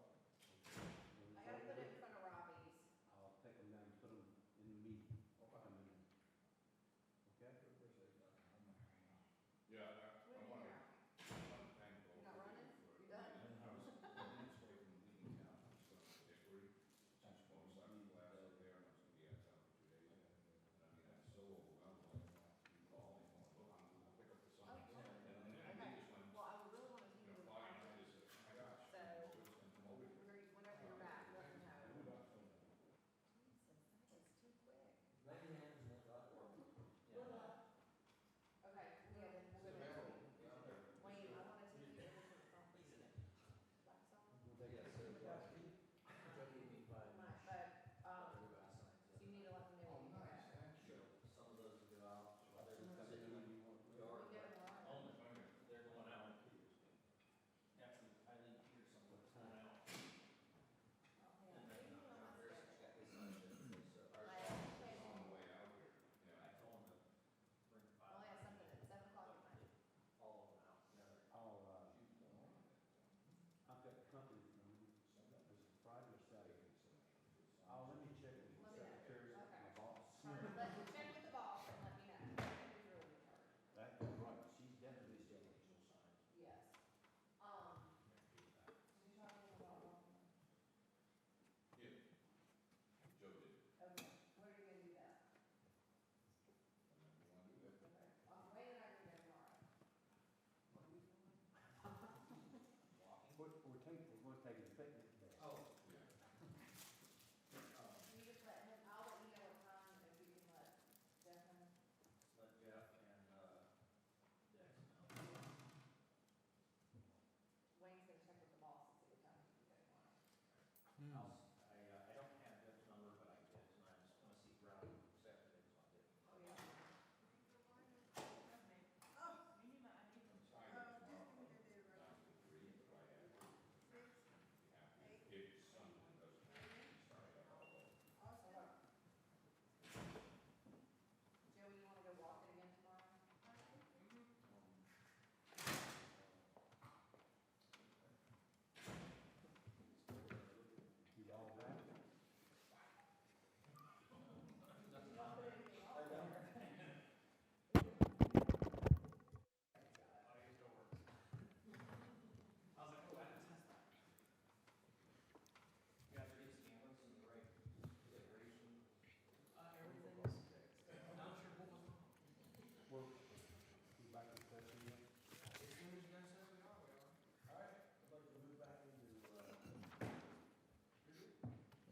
Okay. here. And next up, we have, No, I've got a comment, I got a quick question. We talked about advertising for the village hall and everything else, our village manager come up with an idea, is that we put out a notice to everybody, put on a website, whatever, of a bulldozer, and state it's coming soon to your neighborhood, meeting at village hall at X. And and then no one that they call and says, the only way you can get the information on this is be in attendance. why is that big high lift there? What? What did you say? You Put a put a- bulldozer. That's what I'm Bulldozer. saying. Why is it big bulldozer, high lift Right. bulldozer? Yeah, yeah. What's What's what do coming you say? soon? Everything. Nobody asked any questions, so they see something, dirt being moved. Bulldozer indicates dirt. I think what he's trying to say is the advertisement, make it look like it's an advertisement for something that's coming into your backyard, but really it's just to catch people's attention aesthetically to read the material. Switch is what you're. No. They're gonna- That's we'll total find out. bait and switch. You're not doing anything. You're just We are, making we're doing the a lot of comment. things. We're gonna do the roads, we're gonna build new trails, so there is stuff coming soon. Maybe. Well, if you think about it, a bulldozer could be related roundabout. to pathways and. Yep. See? Love it. Love it. Yep, I mean, yeah, actually. what we want to get their attention, right? Well, no, more importantly, we want to get awareness of what we're trying to do. But you gotta get their attention and get them to come here, and they're gonna ask you, you cannot tell anybody till the meeting is at the village hall. So can you add some bulldozers to your graphics? He's gonna do it, yes. Okay, Christina, Bond, go. Okay. So as you all know, we've been discussing this for about a year now, if not more. Wait, what are we talking about? The GEO bond. So this first topic is relatively easy. We're on item number 4. Okay, so we're just talking about the questions right now. So in your agenda packets, there was a memo that will outline exactly what the bond order says. For the first bond, for the roads, we're looking at $15.3 million to provide funds for, and it goes on to discuss the legal definition of capital costs, acquiring roads, all this fun stuff. It's really long. It's about 7 sentences. You guys can read it if you want to. You'll have it in the bond order. And then from that, the referendum question is fairly lengthy as well. So the proposed referendum question is in your memo as well, and it's very long. Shall the order authorizing $15.5 million of bonds plus interest to provide funds to pay for capital costs of acquiring, constructing, reconstructing, widening, extending, paving, surfacing, resurfacing, grading, and it goes on to discuss roads, right-of-way, easements, blah, blah, blah, providing that the additional taxes be levied in the amount sufficient to pay the principal and interest of the bonds to be approved. So that's the actual question that would be on the ballot in March for roads. You guys see that in your agenda? Does anybody have any questions on that?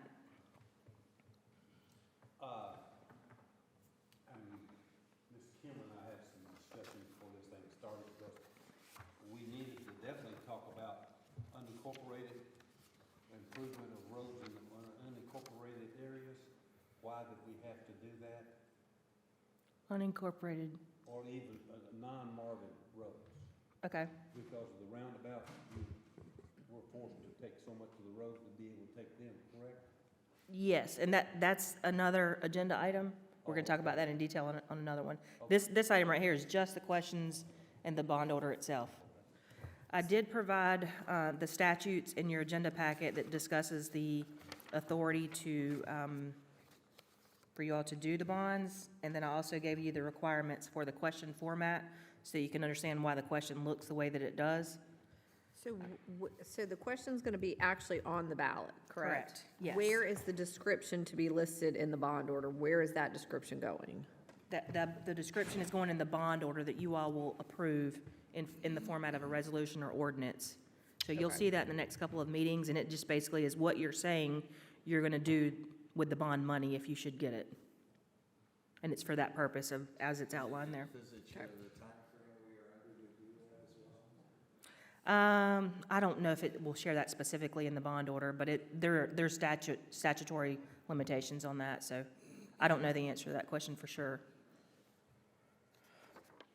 Does anybody have any questions on that particular bond question itself? And then the second bond question is for the Parks and Recreation bond, and it's $3.7 million to provide capital funds for acquiring, constructing, and improving parks and recreation facilities. That question's a little shorter. Shall an order authorizing $3.7 million of bond plus interest to pay for the capital costs of acquiring, constructing, and improving parks and recreation facilities, and providing that the additional taxes may be levied in the amount sufficient to pay the principal and interest of the bonds to be approved, yes or no? So those are the two questions that we are going to advise the bond counsel to prepare in the bond documents that you all will approve at a subsequent meeting. And those are the exact questions that you would see on the ballot come March.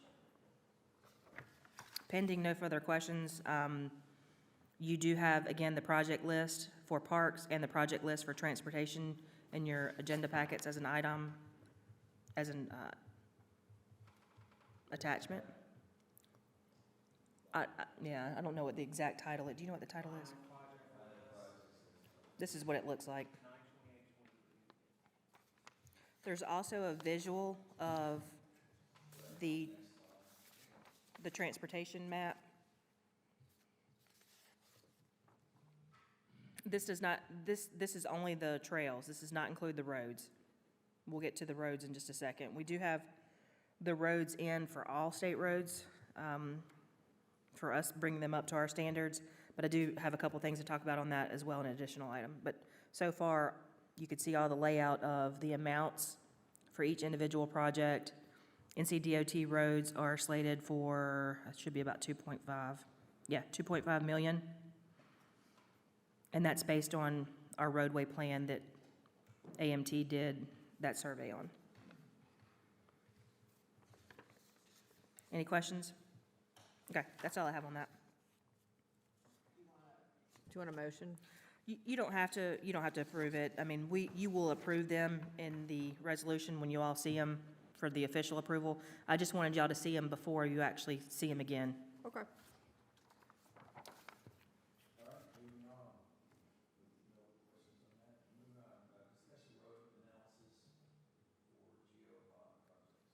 Okay, so that's where, Councilman Deathridge, that's where some of your questions come in. There's a very detailed memo in your agenda packets on this one. If you remember, in one of the most recent meetings we had, Bjorn was here, and y'all had some questions about the ability to still have funding for future and state roads, or future funding from state and federal resources for our roads if we take them over. So the answer's, one of Hunter's phrases, yes and no. It's not a clear-cut answer. We do have the ability to still obtain federal funding, but not necessarily state. If the roads are on what's called a federal aid route, then we still have the ability to obtain those funds. Once the streets become ours, pretty much any and all state funding would go away. The two projects that you all approved at the critical intersection list included roads that were on the federal aid route, so those projects should be unimpacted. The only major intersection that I would declare as potential problematic is Joe Carr and Marvin School Road, because both of those are not on the federal aid list. So any improvements that would be done at that intersection would have to be borne by the Village of Marvin in its entirety.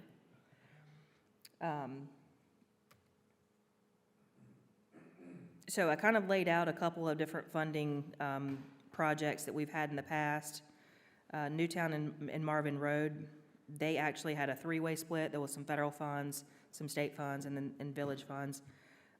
That's a project where I don't think they actually do their funding sourcing the way they did this project now, because what they were telling me was that if roads were on a federal aid list and they're not eligible for state funding, And that's not indicative of what we did with that roundabout. So I think policies and things change, but that is an area where we kind of see a mesh of 3 different funding sources. The CRTPO for the Bonds Grove, Waxhaw Marvin, again, that's one of the ones that's on the federal aid. So I don't think we're seeing state funds on that project. It's really a CRTPO, which is a federal funding pass-through. So in short, yes, our funding will be affected when they become state roads or village roads, but it's mostly just state funding that would be removed, not federal. Does anybody have any questions on that? Okay. Funding roads not within corporate limits, that was one of your questions, or in annexed areas. So I do have a legal opinion from Chaplin on a couple of these questions. I have not had time to read it. I do want to sit down with some 2-on-2 meetings with you all and discuss this section once I have the opportunity to read it. So before you all leave today, I'll give you that memo and we can schedule those meetings. The reason that we are extending beyond the corporate limits, as your question was earlier, is because DOT has stated that they will not relinquish control to any roundabouts unless we have full control back to roughly 1,500 linear feet. Now, that number is not exact, but roughly 1,500 feet from the functionality of the roundabout itself. Because they don't want to get into a situation where if this roundabout needs to be expanded because traffic is just backing up down Newtown Road to Crane Road, they have no authority to come in and widen the lanes, to make it bigger, to do anything they can to control that functionality of traffic that's on their road. So they want whoever's controlling it to control it 100% from end to end. That's the reason that we would have to extend beyond the corporate limits. Does that answer the question? Yes, Okay. because that's gonna be, I'd say some people's gonna ask that question. So we are meeting potentially with Gates Vansley next week, trying to still set up something with PDS, and then Ladera, we're waiting on some information back from them. So I'll have a better update on that end of things, but for purposes of the financial model and the questions, we're keeping those numbers in just for the sake of having them in. We can always take them out and not borrow that money if we don't need it, but it's in there now, and we'll continue to have that in until we can find a solution on this issue. Does anybody have any questions on that? Okay, private roads is another thing we had discussed.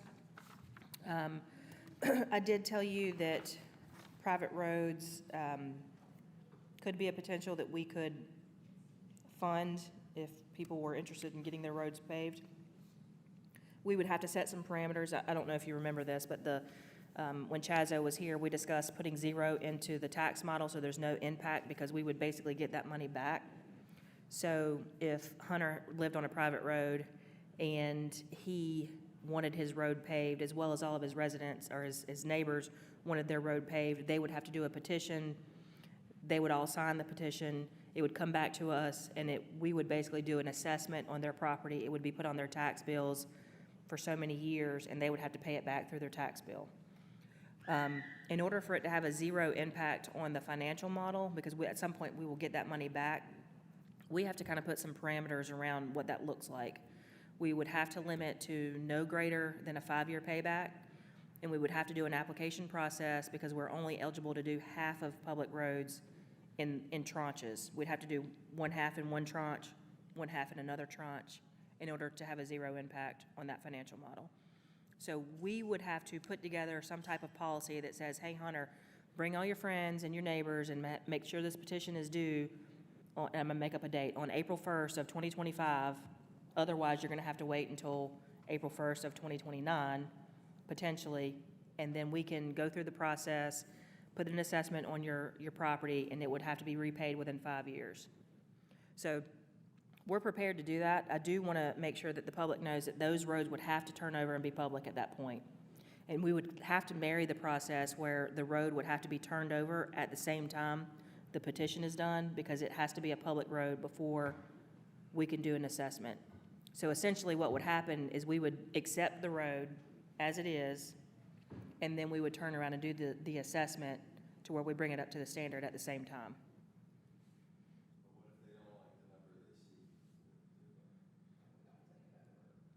So when they sign the petition, we will have a general number of what we think it's gonna cost when they sign the petition, just based on our policy. We don't officially, legally have to have the final number until after the project's done, because we won't even put a lien on the property until the project is 100% There'll be a complete. contract, everybody's gonna have to sign it, like, there's legal Yeah. stuff that, it's like, you guys signed this, you told us to do it, now we're gonna do it, it's our road, and we're gonna put it on your tax bill. There's a very lengthy legal process, and it has to go through a couple of public hearings. There's also, and I know y'all needed to discuss this when we create the policy, but there's legal parameters set in place where only 51% of the linear footage owner has to approve it. So you could still have opposition, but still make the project happen. That's a decision y'all are gonna have to make if y'all wanna do that when that time comes. But you can still do it, and it is assessed on your property as a tax lien. So if you don't pay it, we could turn around and foreclose on the property just like we would if you don't pay your mortgage. And the process is different, but essentially it's pretty serious when I say foreclose. We could go after your when you get your taxes back.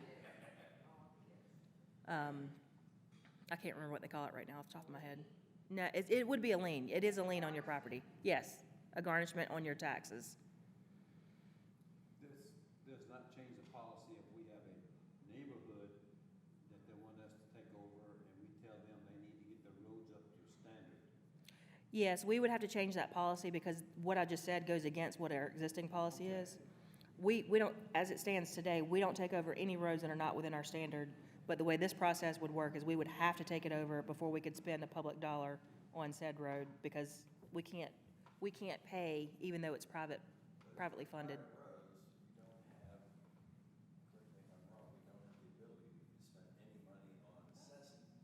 That's correct. Yeah.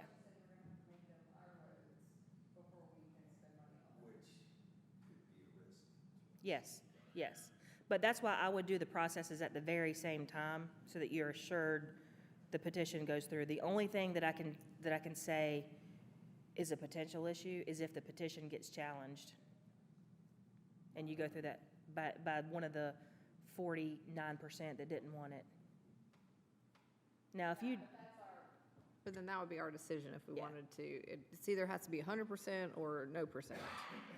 We yeah, if can y'all want to we make can that decision, then you're less likely I to would have a just challenge. let people that are on the public roads or private roads know that if this is something that you want to do, start talking to your neighbors about it and get back to us, and then we'll figure it out. I don't want you guys to do a ton of work on this, to change policies and to put policies in place, because nobody may want to do it. Okay. So I would just kind of put it out there and be like, hey, I know you guys are on a private road. If this is something that you guys are interested in, talk to your people, get back to us, and let us know. We do, and I don't know, we haven't even discussed this with you all. We've had requests in the past for curb and gutter, like neighborhoods that don't have curb and gutter that may potentially want it. They could go through the same process, and it's obviously gonna be a lot cheaper than roads, but if y'all are interested, that's another opportunity too. I mean, that's fine. I mean, Okay. I'm happy to do that as if they're gonna pay it back. I mean, same thing. So that's really the gist of those areas. Are there any questions on any of that?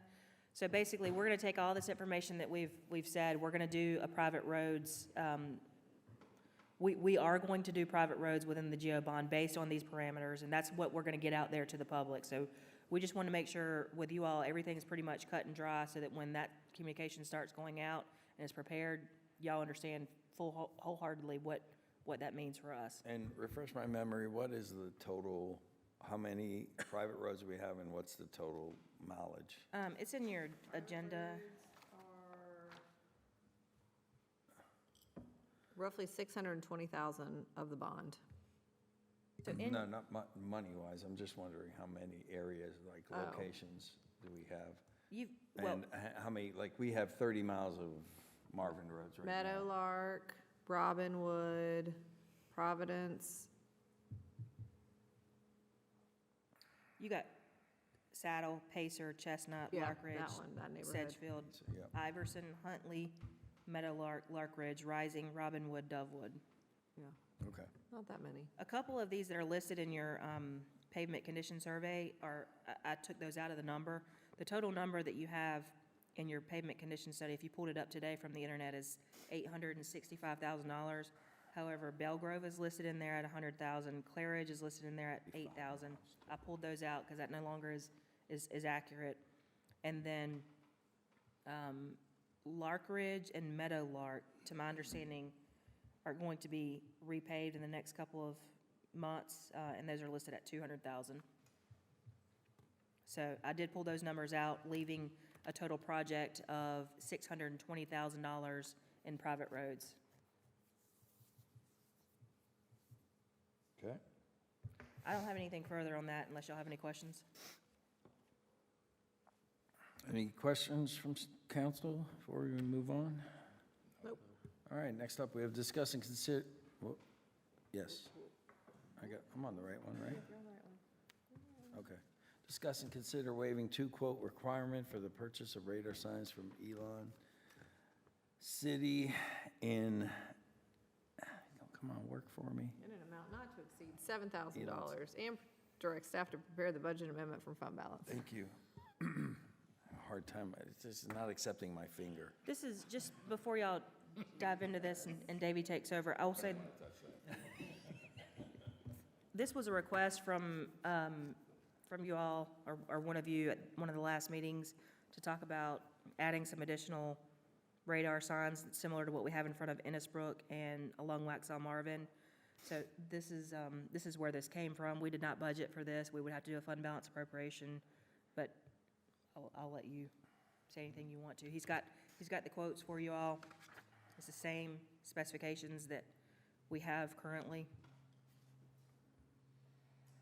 I reached out to our account representative with Elam City, just to get a little more information on this. Turn your mic on right there. Just press that button. Yeah. Sorry, I reached out to our representative with Elam City to get a little more information on these radar signs. The two that we have out there, to my knowledge, have worked pretty well and have been low maintenance. And so what I found out with the two new signs is they come with a 2-year warranty, but realistically, they say these signs run along for 10 years or so with no problems at all. You really just have to change out the battery about every 4 to 5 years. So there may be 2 change-outs over that 10-year period. It's a fairly simple sign to install. It's something that Public Works staff can do ourselves in-house. It's a plug-in and attached to a pole, and it comes with 60+% battery power, so it starts day one as soon as you install it, and it runs for the next 10 years or so. So, this seems to be a very good opportunity to collect data on the designated roadways. One thing about these new signs is it collects data coming in both directions. So whether you're coming at it, and you can read the sign, it's collecting data. It's also collecting it from the other direction. Staff would have the ability to change the wording on the signage as well to reflect any type of messages that we would like to get out there. So, Do we have graphics when we put a bulldozer up there? So I have one question on that, and that was one of the things I was looking at, because we have discussed this before, that the current signs that we have may have that bidirectional data reporting, and I'm curious as if that is factual. Are these the exact same signs as what we already currently have, or are these a different brand? that's a good question. I've not had an opportunity to sit down with, what's the officer that, Yeah, they have training scheduled the next couple of weeks where Tommy's gonna go over this with him. This is the same vendor, we told him the same thing, so more than likely, the answer is yes, but until he sits down with Officer Gallus, he's not gonna know that for sure. Because that's, extremely good information to have, is if we can track both directions so that law enforcement can have an idea what's going on out there on both sides of the road. David, what did you say the cost of these new are? It looks like the total cost is just under $7,000. No, I mean, just buying them brand new, these signs. The new ones? Yeah. Yes, sir. I think they're $3,000 each, and then $3,000 each. Okay. So that's $6,000, and then the equipment that comes with it. And according to the quote here, you've got solar panels at $600 each. That's $1,200. And then the battery packs, they're gonna send 4 of them, and they're $500 total. It looks like we get a discount, probably a municipal discount of $1,200, so essentially we're getting the solar panels for free. And then the delivery charges. So you're looking at, the quote they provided us was $6,799. The only thing is they do not charge sales tax, so we'll have to add that toward this amount. We'll get that money Sorry for back, my but- question. I thought we were buying these used from Elon City. That's what I I see. looked at. And I Yes, went, sir. I didn't realize okay. That's the name of the company. So, 2 of them? Yes. Okay. And we know where we're gonna put them? No. Okay. You guys did say at the last meeting, you mentioned Joe Carr Road and Marvin School. Those are big roads. I'm just wondering where on them we're planning on putting them. Yeah, Because we need to make sure that it's not, I would suggest on Marvin School Road, somewhere in the general vicinity of the school, making that a high visibility, watch your speed kind of thing in front of the school. That, to me, would make the most sense. I think as far as Joe Carr Road goes, I think down near those crossings where that pedestrian was struck and killed, I would think would be probably a good area for that as well. Just my thoughts. Okay, let's just, as we're looking at where we're gonna put them, let's just make sure that if it's in front of an HOA, if it's near the entrance or whatever, like, they're okay with where we're putting it. Because I don't necessarily, like, where it was originally put on Marvin Road, my neighborhood wasn't happy about it, and So let me ask you this, if we're considering it by the school, per your suggestion, wouldn't we want to reach out to the county to see if they would like to help participate with speed sign? you mean the school board? School board, whoever, Yeah, but county. Yeah, good we need- luck. We kind of need to be aware because there's a speed limit change. We wouldn't want, if we put it. Not anymore. It's 35 Same- end to same end. way. All the way. Yep. I'm just saying is, why not, that would, you see them all the time, right? It never hurts to ask. I mean, all they can do is say Yeah, no. I mean, I can ask, but I wouldn't count on it. Yeah. So they're not about the kids. Nope. They're not about the kids, they're not about safety. Nope. Ask Christina. Again, the worst they can say is no. I'm prepared to do it, but, it would be nice if somebody could help us out a little bit. Okay. But let's, before we throw them. If that's the place we're gonna have it. Yeah, but before we throw it in the ground, let's talk about where we're gonna stick it. At least we can go back and tell people, we did ask these people, we asked this. so they're- We could put it on Marvin School Road going from Village Hall, going towards the school on the, Yeah, that side of the road, on the yeah. eastbound side. Well, I don't think that Marvin Creek would have any issue with us putting the sign down there, being that their concerns about safety, about people crossing the road are, I'm Very not high. sure because, they also don't wanna help pony up for the crosswalks either, so. well, again, it's about safety, about people crossing the road there, Again, so- they don't wanna help pay for the crosswalks, Yeah. so, we've been told no. So, to me, that looks like they don't really want to, so before we throw them in the ground, let's just make sure that where we're sticking them, we're not gonna hear about it.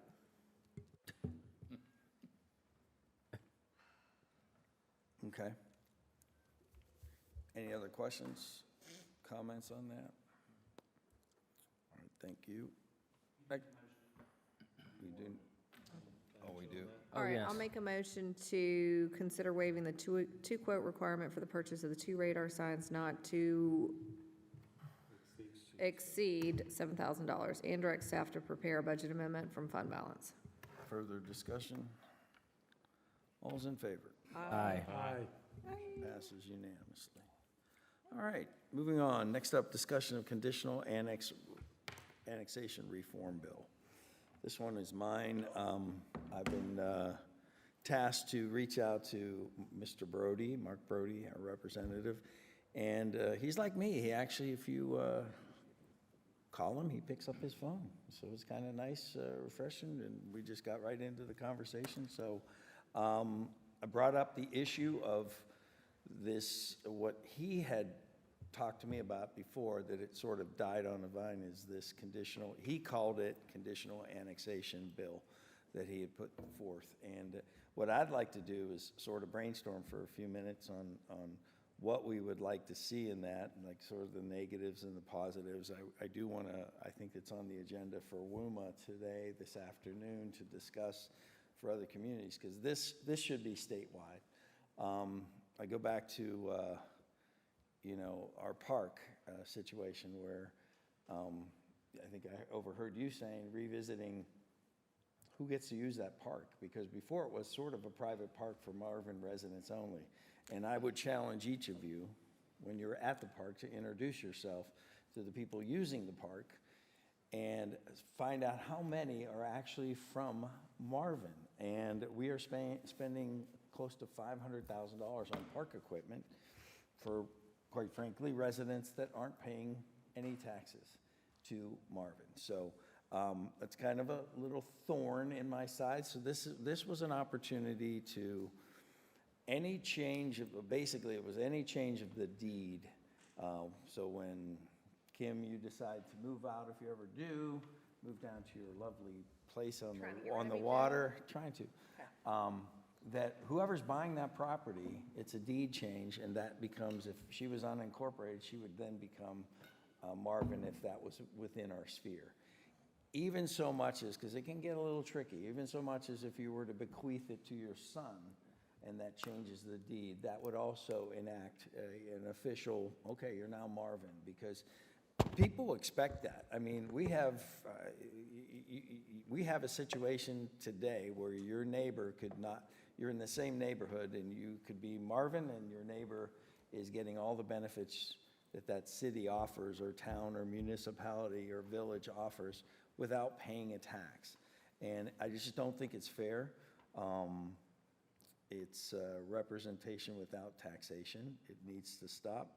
I would go so far as, if we want to revisit the park and issue parking passes, you want to go to Eford Park, that's fine. Prove to us that you're a resident. We'll issue you a parking pass, which we apply, and you can have up to 2 cars, which we apply, because I could see ways where people get extra passes and then put them on their friend's car, so. Okay. This council voted to get rid of this. I know.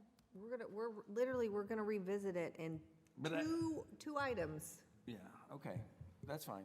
But regardless, I just would like, is there things that we should, he is willing, Mark Brody is willing to take this back in next session, to take this back and put it through. I think we should be able, even though we just saw a major de-annexation of how many odd acres?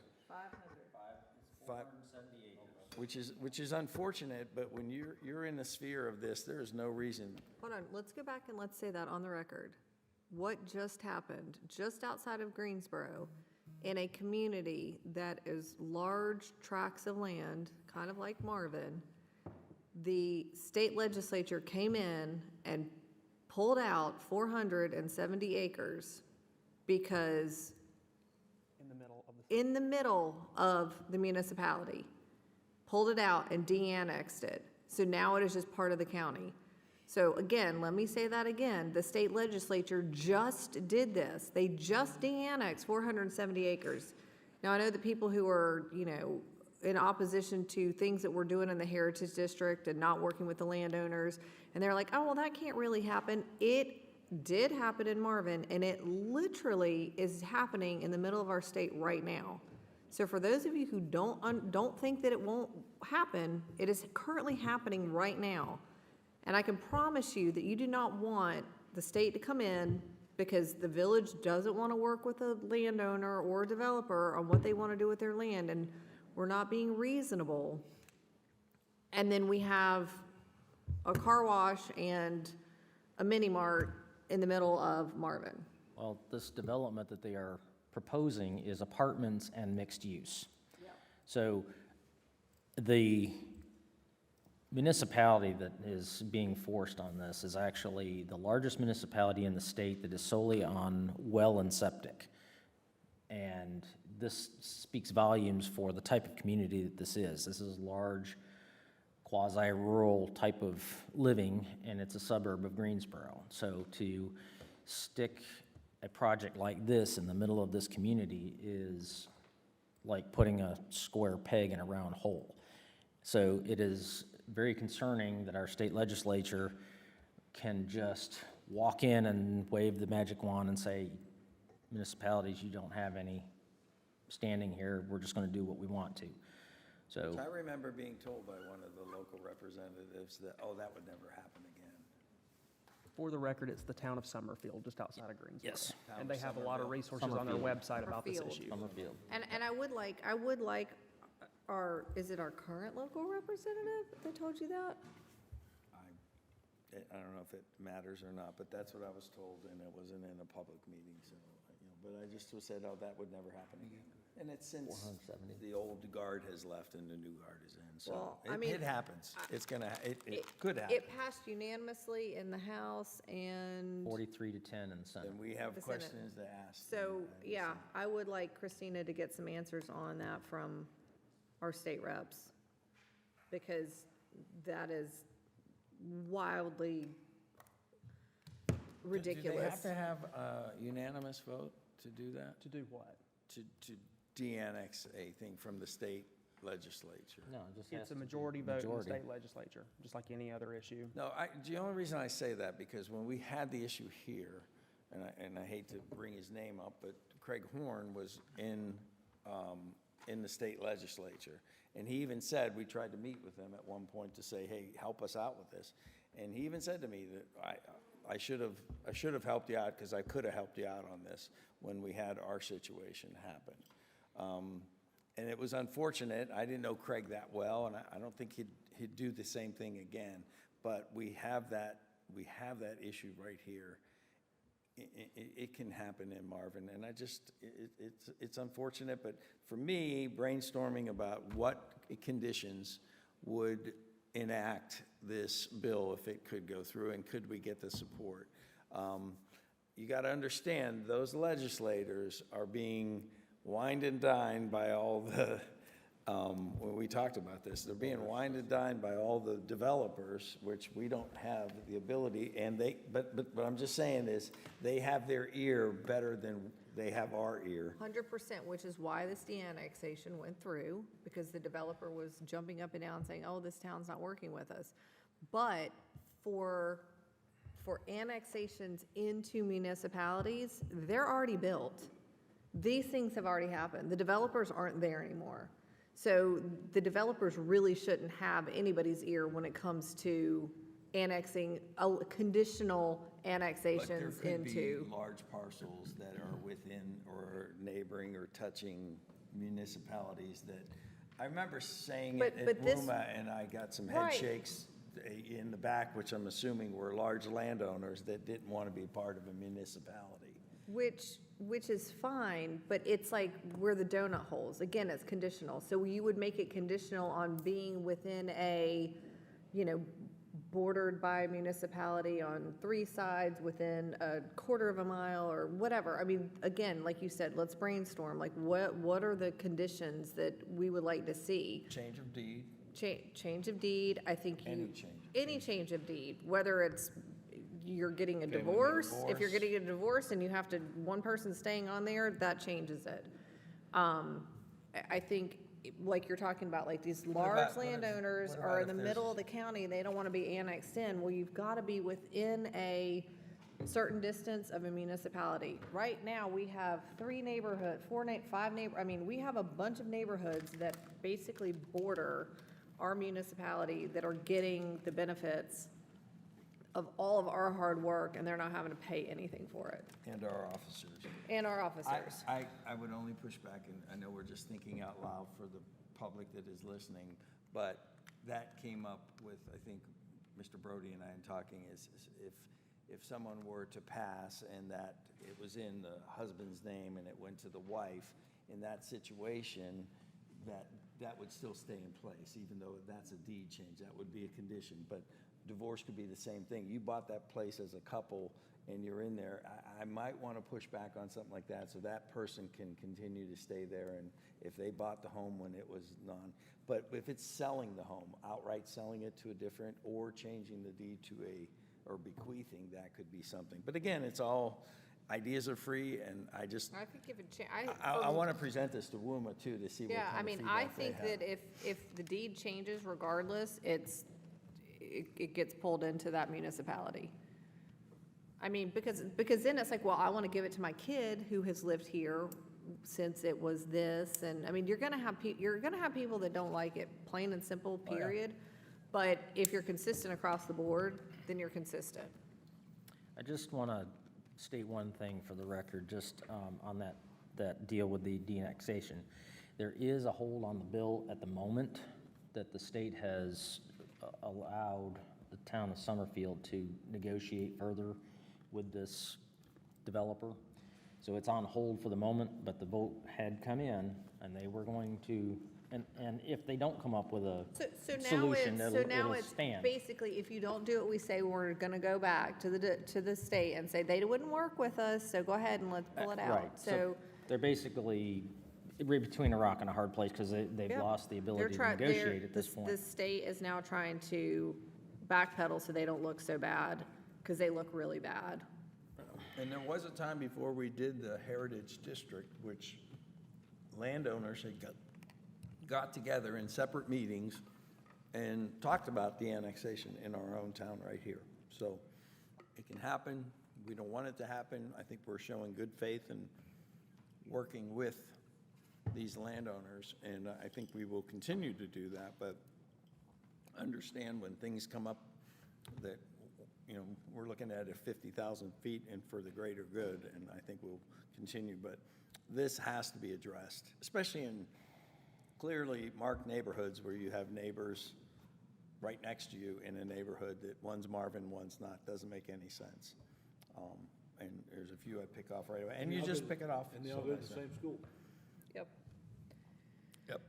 I think that you put some parameters, like, in terms of how close you are, so that if you're in the middle of a county, you don't have any municipalities anywhere close to you, you're not gonna be, you sell your house, it's not gonna happen. It's gotta be within a quarter of a mile, a half a mile, like, it's gotta be something. So put some sort of distance parameters on whether you are eligible to go into that municipality or not. And when you get in a situation, do you want to be part of Waxhaw at 38 cents, or do you want to be part Or of Marvin Marvin at 6. cents? That may help us, but again, the money's there. Right now, we talk about increasing taxes. We would have I think we estimate a 30% tax increase by just encapsulating what's out there that's People not that are being- getting our services for free. We did actually write a memo on that a while back that really detailed the free rider problem. We can dig that up if you'd like.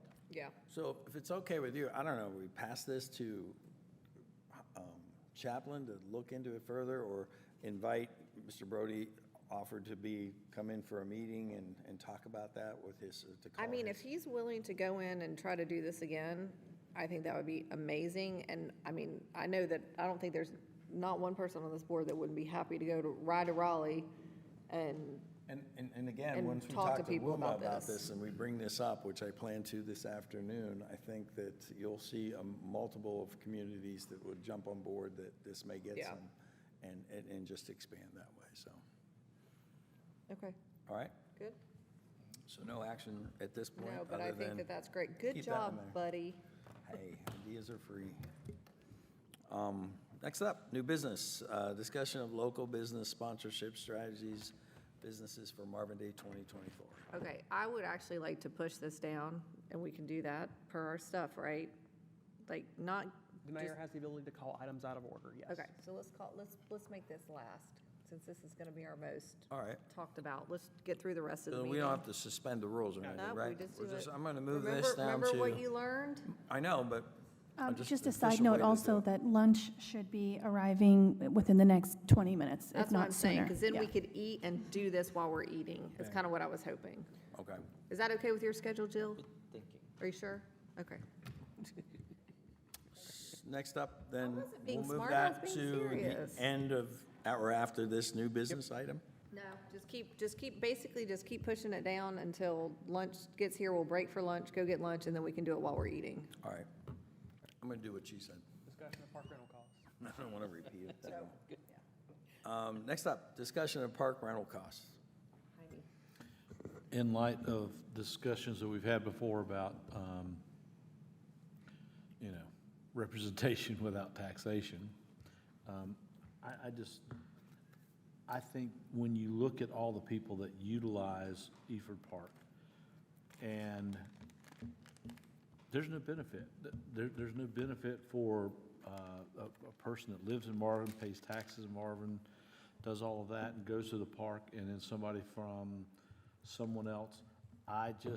It's just my opinion that we should make it where people of Marvin feel like it's kind of a privilege for them to, if they're paying taxes in here, if they want to rent the barn, if they want to rent something or pay for something, their fee schedule is different than someone from the outside coming in and doing it.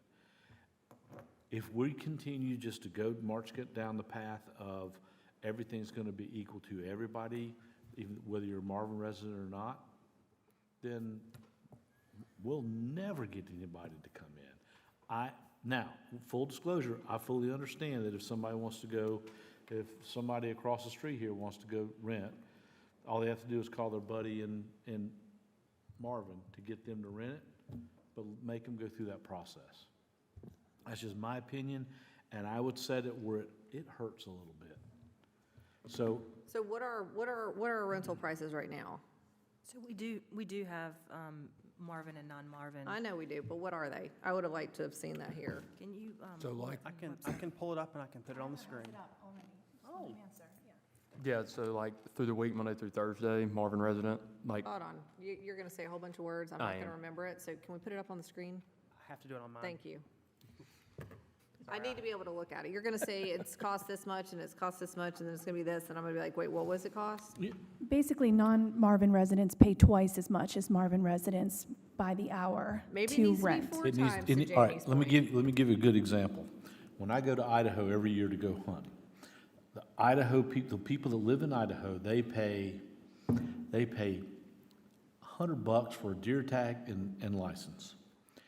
Out of state, I pay $600 for a deer tag and license. That hurts. It's the same as Florida residents with Disney World. And recently, 3 years ago, I stopped getting my hunting license in South Carolina because they tripled or more because of an out-of-state license. I still get my fishing license, but you can't do the 3-year program. It's once a year, and it's a lot more than what residents Well, pay. So same- I think there's precedent set for this. I mean, It's just just- as far as ad valorem tax in South Carolina, out-of-state owners pay a whole lot more than in-state owners, and if you are a homesteader. So there definitely is, So you've got the fee schedule on your screen. You can see there is a breakdown That's what between they call resident and non-resident. Thank you, Austin. Okay, so, I mean, I'm absolutely fine raising these. What are our professional fees too? Never mind, I see them. So we just did professional access, it doesn't matter who you are, It's for a business, yes. but it doesn't matter if you're a resident or not. You should change that too.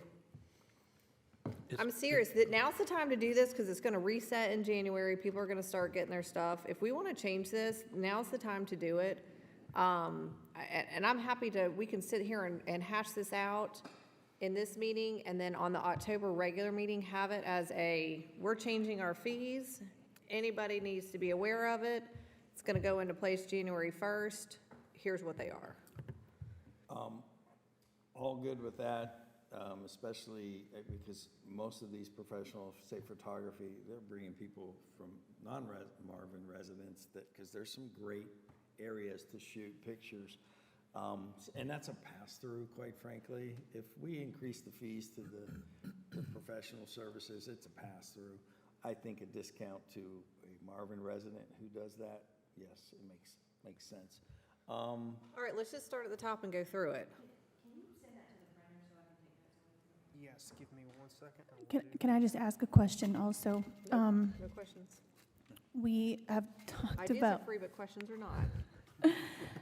We went over this just last year, Derek, myself, and Austin. We revised these rates, and we had a big discussion about it. And so I'm curious, would you be open to, because I do worry that rental income will suffer if you're charging much more than $100 per hour for non-residents for the barn, just because of the state of the barn, the fact that it has no Wi-Fi, it has no heat, it has no AC. I just don't know if you'll reduce rentals and potentially affect rental income if we go much higher than 100. But, so one suggestion or question I have is, would you be willing to have a flat fee that non-Marvin residents would have to pay potentially? So we don't change the hourly, but they have to pay a non-resident usage fee, for instance, that we can all agree on. Yeah, but it has to be like A couple a hundred or, maximum of a number of hours. It can't be like all day that you get it for $100 or $300 or whatever. It can't be an all-day rental. But yes, I'm fine looking at that. But I think we can use this next year as an experiment of how much do they really drop off? Because I guarantee that we're the cheapest game in the business, which is why we get all the rentals. And if we're like, well, instead of $5, we're gonna charge $20, then people are gonna be like, oh, okay, well, let me go look. And they're still not gonna find anything cheaper. I will say our village hall rates are pretty high as they are. That's Okay. why Compared to, or we compared them to what? when we were setting these rates, I looked at multiple other towns, and I encouraged higher rates just to protect our equipment in here already. That's fine, So those are pretty high. that's fine.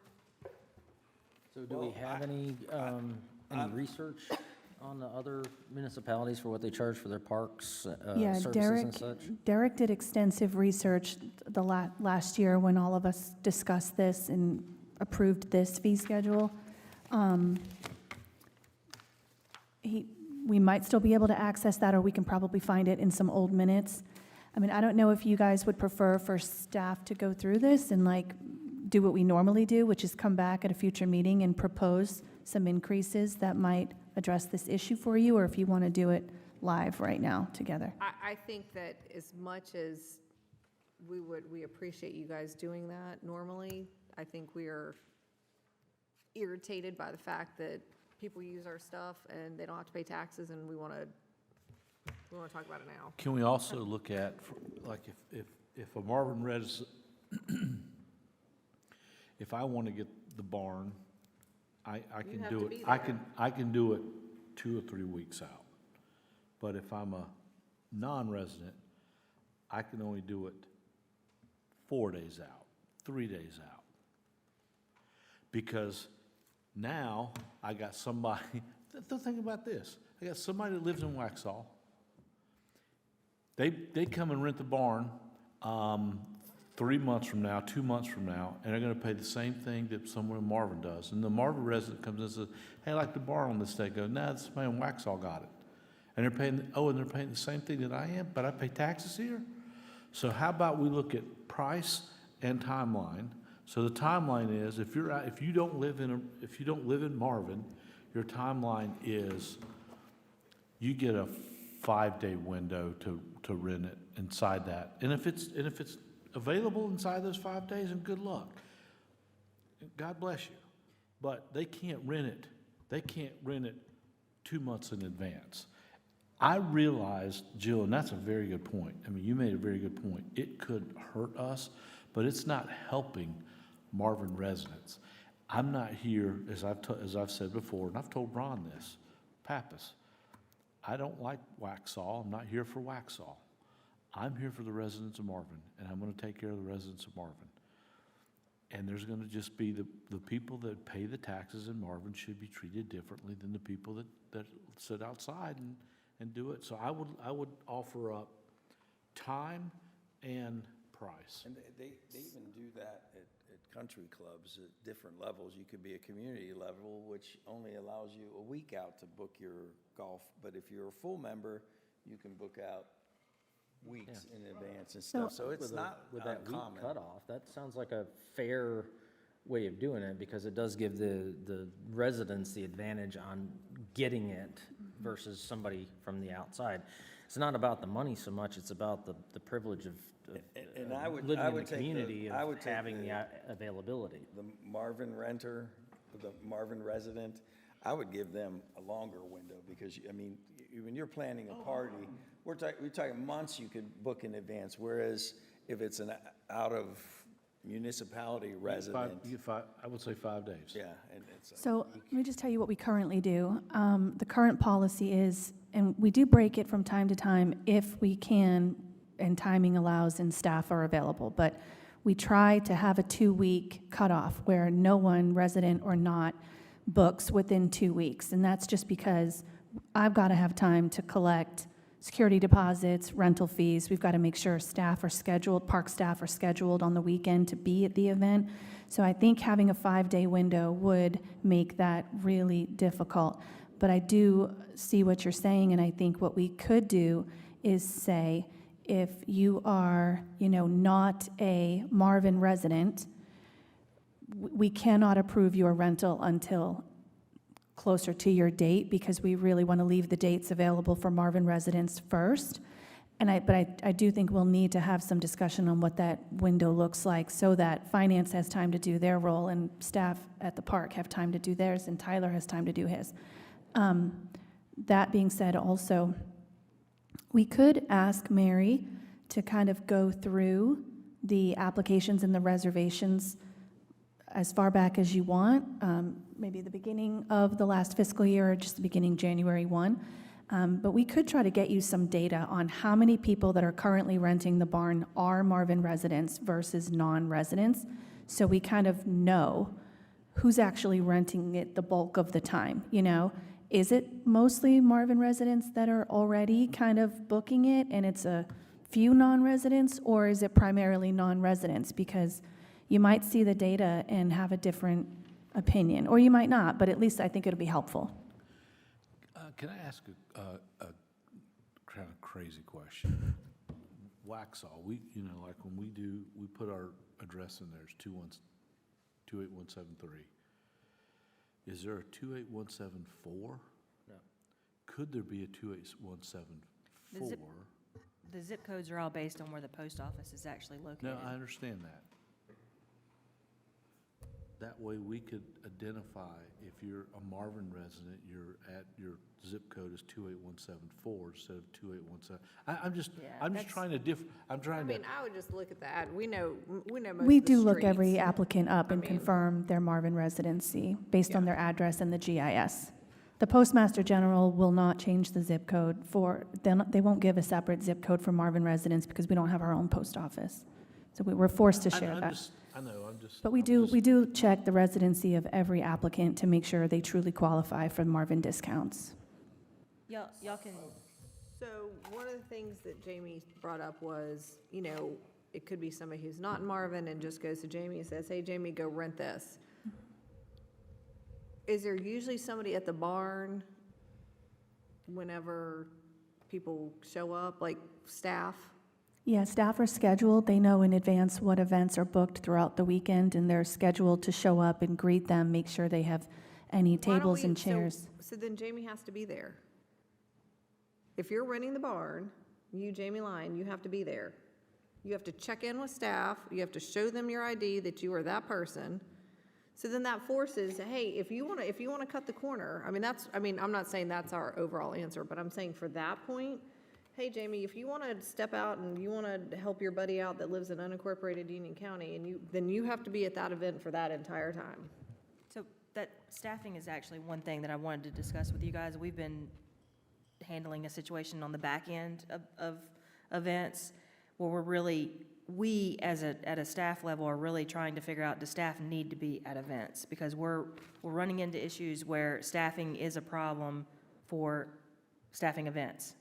And we're spending, we could have an employee that's there for 4 hours just sitting around doing little things just because there's an event going on, and that's not typically what municipalities do. They come in, they rent a facility, and they leave the property just as they have.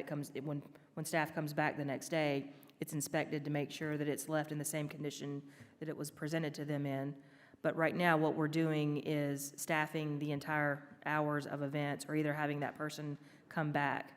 So basically, we're asking someone that could live 30 minutes away to come in for 30 minutes to open the door, and then turn around and go back home and come back in 3 hours for another 30 minutes to check it out. So it's going to be a problem. It's already becoming a problem that we are going to have to figure out how to address internally. And I can see where it's taking away staff time for other duties that they need to be doing, because we're already thin on staff as it is. Okay, that's fine. You guys can figure that out. I don't care, but that was a suggestion. Which, if we're having an issue with that, then that's fine, whatever. But we've got to figure out how to give residents more of a break than what they're getting now. We've got to incentivize, show them, and I'm totally fine going back to, here's my question, Christina. We always say we want to make the park private. Well, we don't always say that, but we were talking about that. Make the park private, only Marvin residents can use it. How in the world can we not do that if we're spending municipal funds on it and we're now letting anybody use it? It's the same as the roads. Yeah, and that's been 3 or 4 years ago, so I'd have to go back and revisit why that reasoning was set forth. If you want to re-entertain that, we can I definitely do that. do, because it comes down to the same thing. Oh, you can't spend municipal dollars on non-municipal stuff. Well, that's a municipal park. We're using municipal dollars for it, so it should be for the municipality. I do remember asking this question, and I don't know, Christina, correct me, but I remember being told that we had at one point received federal grant money for that park, and after doing so, it can no longer be private. But that might be false information, but I do remember asking that same question. Okay, and that's totally fine. Who is going to come in and say, oh, we gave you federal grant money 15 years ago. You can't make it private. And then we say, oh, our bad, sorry. I don't know that we did receive federal grant, and I'm sure there's got to be some lapse. We can look into that further. I don't think any of us would have a problem making the park private. I do. Do you? I voted against it, and I didn't like it from the beginning. I feel like that sets a tone of, we don't want to be part of the greater community, that we're See, snobbish. I think it sets the tone of, I'm okay with that. I think it sets the tone of, we are the highest per capita income community in North Carolina. We should be proud of that. I said this when we were redoing the branding. We need to lean into that fact. And our community, we should be very proud of our community. It's the whole reason we did the branding stuff, that we want to have, you're in Marvin. And that's the reason people should want to be in Marvin. And if we make it a private park, then people are going to be like, oh, okay, it's for our residents that pay our taxes. And if you want to come and you want to utilize our park, come on in. We'd love to have you. You got to join Marvin. We could probably make up the income on rentals just by creating that, if they don't have a parking pass, they can issue one online. I very strongly disagree with going back to that. I hate the parking pass thing, but I am totally fine making the park private. But how do how do you determine who's named? Jill, just out of curiosity, how much did we budget for park rentals this year? I think it was less than 10, 15,000. I would say $5,000. I don't know. I think it was 15. You probably know it's just $15,478.32. I'm hungry. So, Listen, it's so fine, we Get can her disagree food about quick that. I'm before we- okay. I mean, 15,000 for the barn and picnic shelter and about 5,000 for Village Hall. I did remember. You did, you're so smart. Do you mind if I take this off the screen for now, Point so y'all that can out. print outs? Huh? You just want us to point that No, I out. don't mind. I'm just saying, in perspective of things. What was that? That gives you, He said, do you mind if I take that off the screen since you have all the papers? And I said, no, and he looked at me like I had said something wrong. No, I was And trying to said, figure out, yeah. So, No, I don't mind. so is this something we can, like, Do you want to do it now? I'm great doing it now. Or do you want to take it back and let staff play around with it? Staff's going to come back with some little dinky no, increase. I think they have the task and they have the flavor of what we're looking for. It just has to hurt. She'll make it hurt. Just make She it doesn't hurt. want to because but- she knows what she budgeted for it. Or get their attention. Well, it's got to, listen, it hurts. If I go to, I have a choice. I can go to Idaho and go hunting and pay the $600. And I know the guy sitting right over there, he only paid $75 for the same thing. And you know what? They still have people coming in. Disney World. Because they want to be there. If people want to go to Everett Park, they'll pay that if they don't live in Marvin. And at some point in And time. guess they what? just If gotta- there's less usage, it's less maintenance, right? I just, Less it- staff that has to be there that we have to pay. But I would say again too, that it is both money, monetary, and timeline. You know, it's interesting, as I'm listening to all the sides, and I'm listening, I heard, you know, what you said, Andy, but I'm listening on this side. I'm looking at the fact that we just purchased a state-of-the-art, beautiful playground. And I'm thinking to myself, oh, that's right, we were thinking for the residents of Marvin, per highest capita income, look what the park, look what Village of Marvin has provided you. And then we get, now everybody go, do you see the latest thing they got? It's like the equivalent of Wolf Mountain out there at Marvin. And part of me is, wait a minute, do we want the world to descend on that playground? You know, if you get my feel. In other words, there's a little part of me that I'm listening to you guys and I'm going, just to say, you know, I don't know. Like I said, maybe we need to, like I said, revisit and go back, but, you know, with parking passes or something, make it, I guess you can't make it in a country club, but. if you're gonna make our park private, then I don't wanna see anybody in this room go to any other park in Union County and use any of their facilities. I don't even go to our park. I'm just Well, kidding, I do. that's- I'm just kidding, well, I we know do. this. I'm just kidding. But that's- Jokes, it's all jokes, everybody. But that's the, But I that's mean, their that's the choice, though. mentality, though. I mean, if you, so the idea of parks is for public gathering places, for people to get together. I won't go to any other park, I'll go to our park. Yeah, but, yeah. I'm not debating the private, public-private. That one, That's that's, not gonna to me, happen, Andrew, relax. to me, that's another, Christina won't that's a let me. completely different, that's an apple and an orange of what we're discussing here. I just want I want people to be proud to live in Marvin. I agree. We talked about, I've talked about with Austin and with Christina.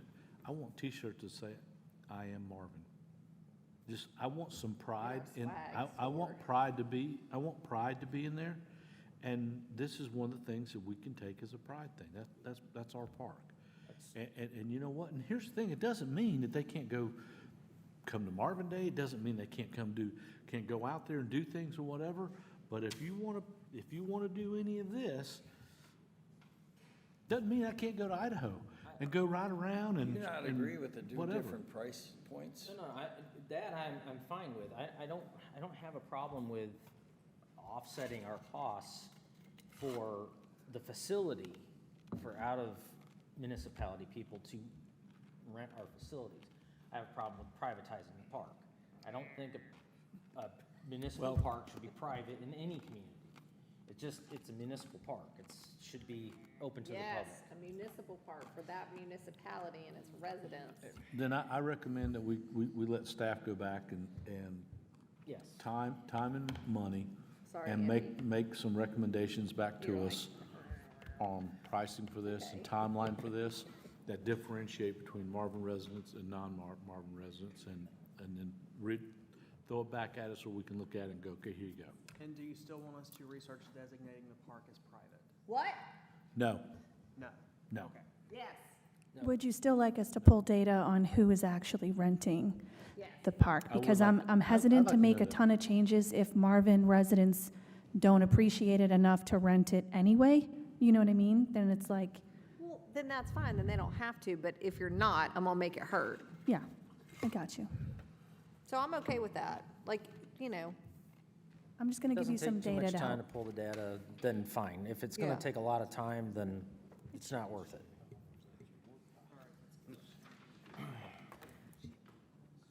okay, good? Lunch is here. It's Capriotti's Sub Shop.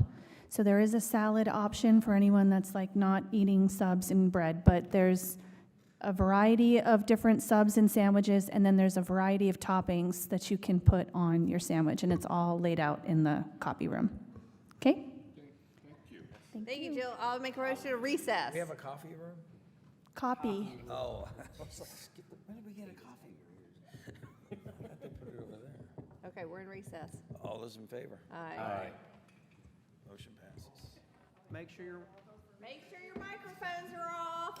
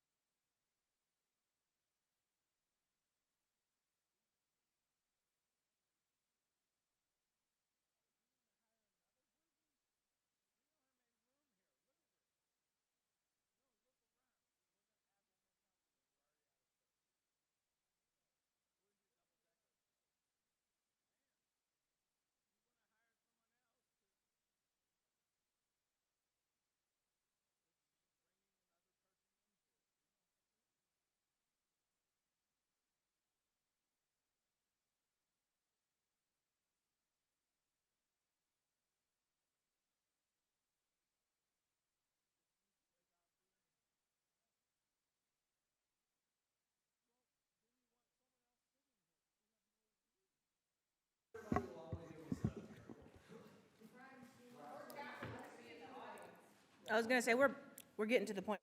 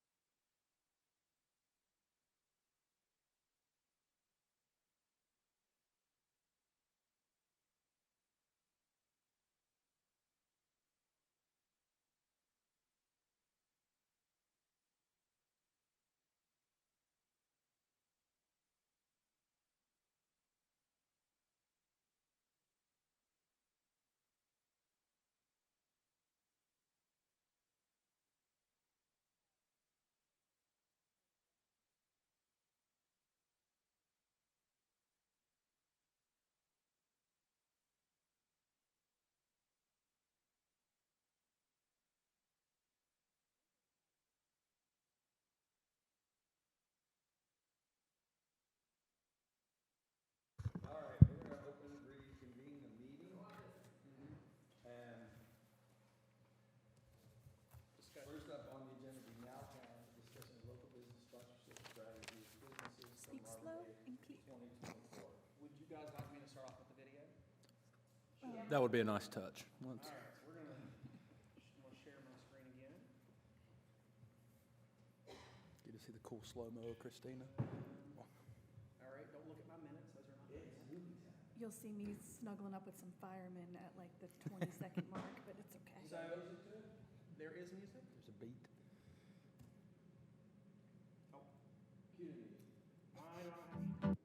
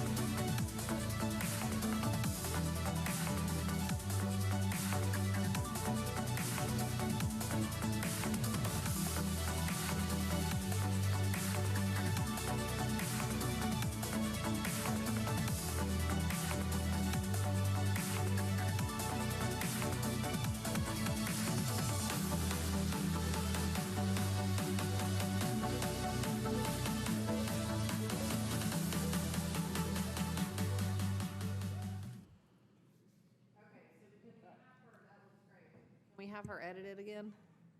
It's on YouTube, I need to take it down from YouTube? Yeah, It's on YouTube? yeah, So take out the aerial shots that show not that many yeah, people. uh-huh, But close-ups of the band is fine. uh-huh, yeah.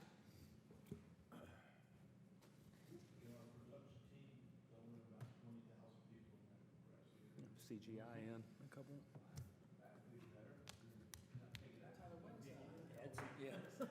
27th, yeah, Friday, it's on a Friday. All right, so, yeah, little workshop.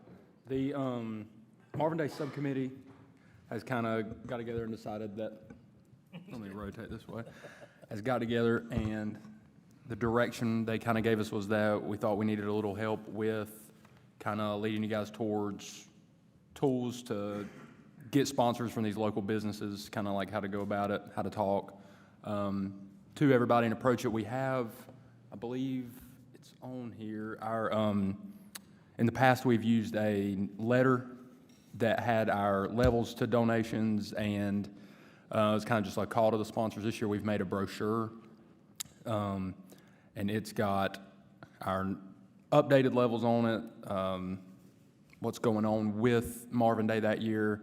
We're working on getting a QR code on the back that will take you straight to a link on the video. Is it showing up? Is that? I see you see it, yeah, okay. Yeah, they should have seen it. Okay, that's on there. Yeah. Okay. That was good. That was a good job. Thanks, you're up. Okay, so essentially, we want to make sure that you guys feel equipped, that you've got the You just tools. can't help yourself, can you? Well, I mean, listen, I love them, but I'm going to chime in. It's a team effort here. We want to make sure that you feel equipped, that you've got tools to help you be successful when you're reaching out to businesses. So the brochure, it's a double-sided, trifold brochure. It has all of the information about sponsorship. They're super cheap for us to print. We're going to print probably a couple, like 1,000 or more of them. You guys will be able to stop by here, grab a bunch of them. We did strategically design it to leave a spot for y'all to staple your business card on it if you want to, so you can leave it behind with businesses. In addition, we have that promo video that we created. There's a QR code on this brochure. Whether you all choose to pull up that video when you're with them and talking with them so they can see what Marvin Day is and what it was like, or whether they want to do it on their own. But you can let them know, hey, there's a great promotional video if you want to see some highlights from last year. And then the other thing was, there was one more thing, wasn't there? Okay, the video, the brochure. For that, the list is growing. Oh, we changed the sponsorship levels. So we felt that we had some holes and some pockets where we might have been leaving money on the table because there were people that maybe couldn't go from 1,000 to 5,000, but they might be willing to come in at 2,500, for instance. Or there were smaller, independent businesses in the area that maybe 500 is too much for them, but 250 was a possibility. So we don't know what we don't know, but we're going to stretch that out a little bit at the subcommittee's urging and kind of see if it helps us bring in new sponsors by having some additional levels. And Tyler worked on those levels. Those are in the brochure. So really what we wanted to do today was kind of set the stage for expectations for sponsorship and kind of find out, if you guys feel comfortable approaching these businesses or not, and sort of like some do's and don'ts, okay? So obviously you're going to have two different strategies. If you're reaching out to somebody who was a sponsor last year, who is the first people we should reach out to because those are our warmest leads, I would strongly recommend not saying anything about the low attendance. Like, we might have been a little bit disappointed in the attendance, or we might have thought it could have been better, but that sponsor might have thought it was great. So we don't want to plant any negative thoughts right out of the gate. We just want to be like, oh my gosh, Marvin Day was awesome last year. We hope you loved it. We'd love to have you back again. Can we count on your support? Like, just go in there confident that they had a great time too and they want to come back.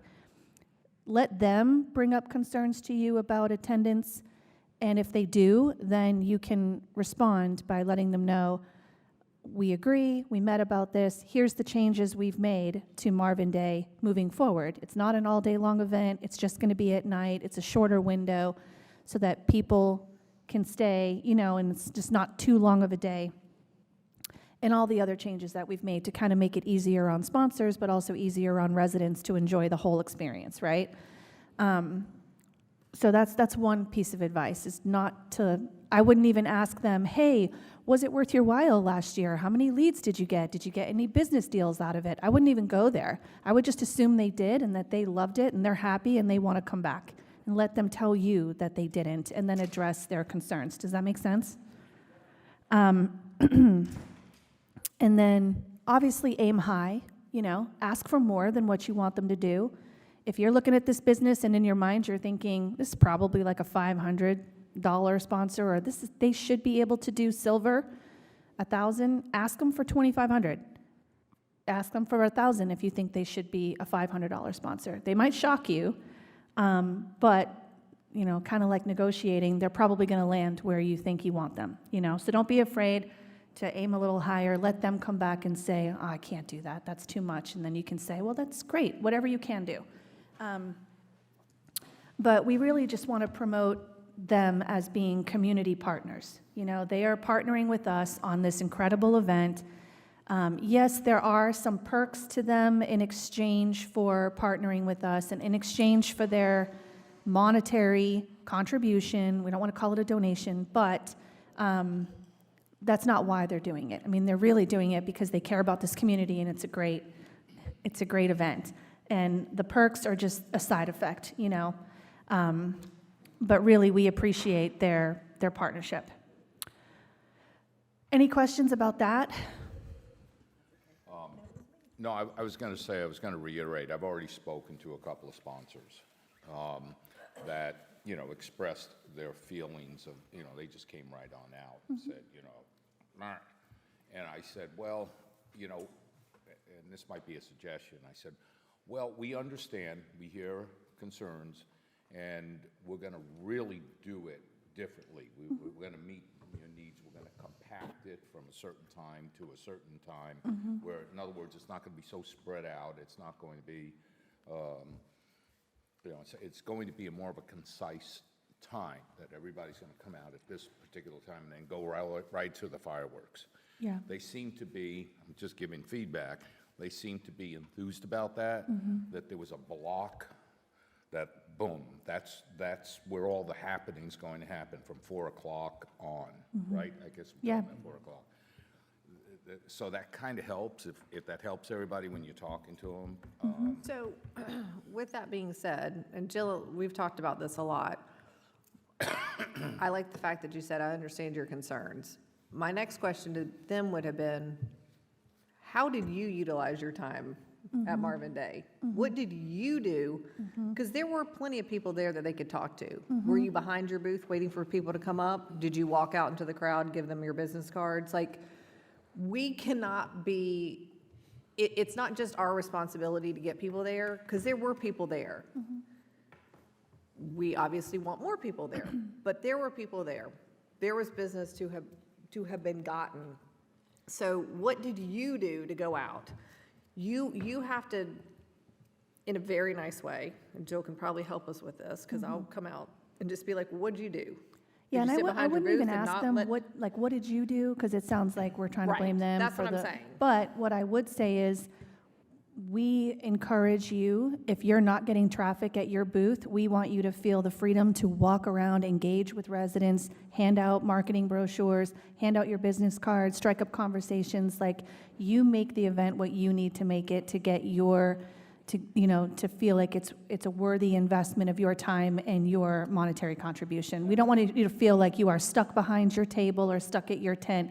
We also encourage you to have giveaways or fun games or little tchotchkes or candy for the kids, like anything that will attract people to your booth, we recommend. And so just like kind of coaching them on how, because right away they're going to realize, oh, shoot, I didn't do that last year. I did stay behind my booth the whole time. So it's good to know that I can actually do that. And they might already, just by offering that advice, you might already be addressing their concern about that. Another thought was, I had, a couple of food vendors who had asked when wherever they were, that, when the bands were going to play, can we move, okay? Because obviously they wanted to be around where stuff was happening. And even I was participating by going over to where the food trucks were, which was off. Is there any way that maybe as we're putting this logistically together, that we could get maybe the food people to be, or to move? I think or we've to already sit- done that. Okay, Staff cool. took everyone's feedback from last year, and I'm pretty certain we have the food trucks more centrally located instead of like in no man's land. We're also going to have less of them so that there's less competing with each other until we can ensure that it's going to be worth their while as well. And with the shorter window, the food trucks aren't having to plan and prep food for a 10-hour day. I mean, they're able to just bring enough for a dinner. So, yes, we definitely are already doing that. Well, I want to give a little bit of feedback from my standpoint, because I was a business represented last year, and I got 0 calls. What did you do? Can I? Did you walk around and show Can I people your finish? benches and your things and your stuff and say, So, hey? I was doing my other job, so I wasn't available to be at my booth, but I can tell you that after the event, my furniture got more use than it's ever seen in the few days that it stayed there until I could go pick it up. It was a very popular item. But from what I saw is that if you are going to make something out of a sponsorship, you have to work at engagement with the crowd that's there, because being a council member, I was not able to stand at my booth and, interact with the crowd. I had my other duties to attend to, like getting dunked in the dunk tank. So. Like, I think if you had had a that's- little table there and it said, hey, fill this out and enter to win one of these little planter boxes, I That's- think you would have gotten a that's a- ton of a great people idea. that would have thrown their name in there. Well, and I plan on sponsoring again this year, and Yes, you heard it. You guys heard that. Can I be the one assigned to you? no. Nope, I used mine. I got him. I'm just kidding. But, again, these are good discussions, because if you do things differently, then maybe your sponsorship will yield more Yeah. for your business. So. And we'll learning- also reiterate that too. So like, as you guys are getting sponsors and we're communicating with them about logistics the day of, we're going to be communicating with them. If you are someone who sells products, you are welcome to have on-site sales that day.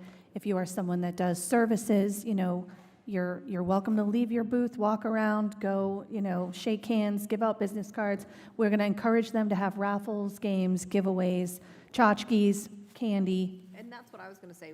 As we're trying to sign people up, we should give them suggestions too. Yeah. Like, hey, if you build something, have something small that you build, but have a place where you fill out your information, do a raffle for it. Yeah. Or if you are, if you're a nail salon, you're going to give away 3 manicures. Like, but you've got to have, but we as the village should try to give them some suggestions to Yes, make agreed. their time as successful for them as possible. And I was going to suggest on that line, the raffles could be done separately, but we could also consider a main raffle where the people that are up at the stage, and you have to be present, which keeps the people there, and there are major gifts. I'm looking down there on Bombay Grill could provide a $100 or $50 gift certificate. You win that. Firethorn, a couple foursomes they could offer.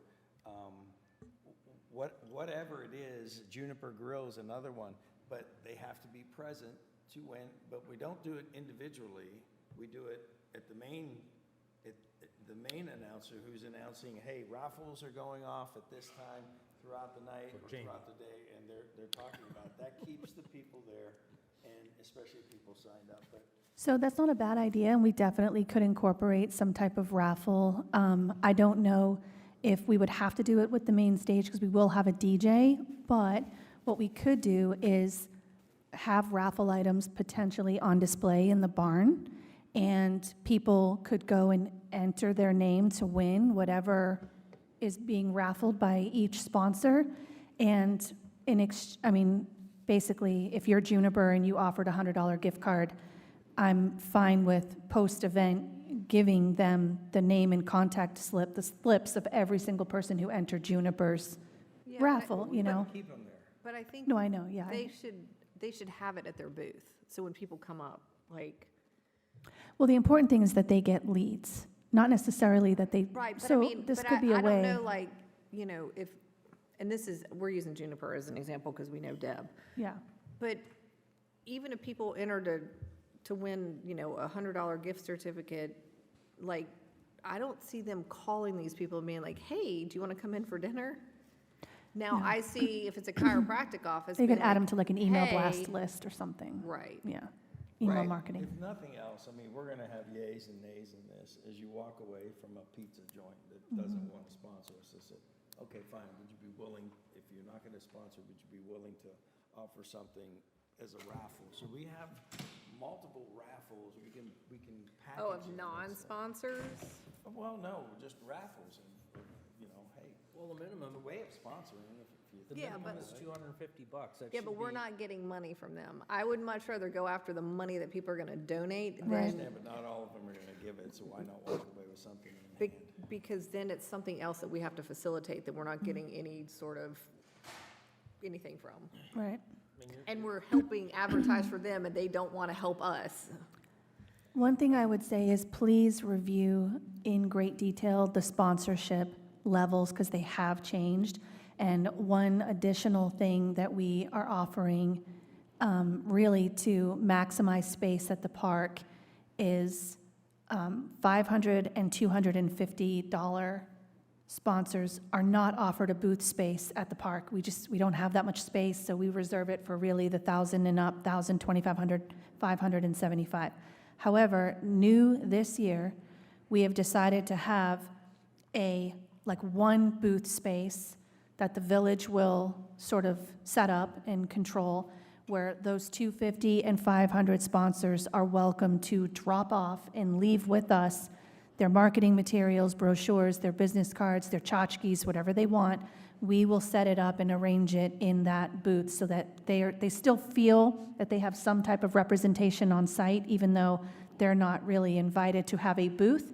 They're also invited to come to Marvin Day. So just because they don't have a booth space does not mean they can't be present. They can be at that little table if they want. They can be walking around. They can be passing things out.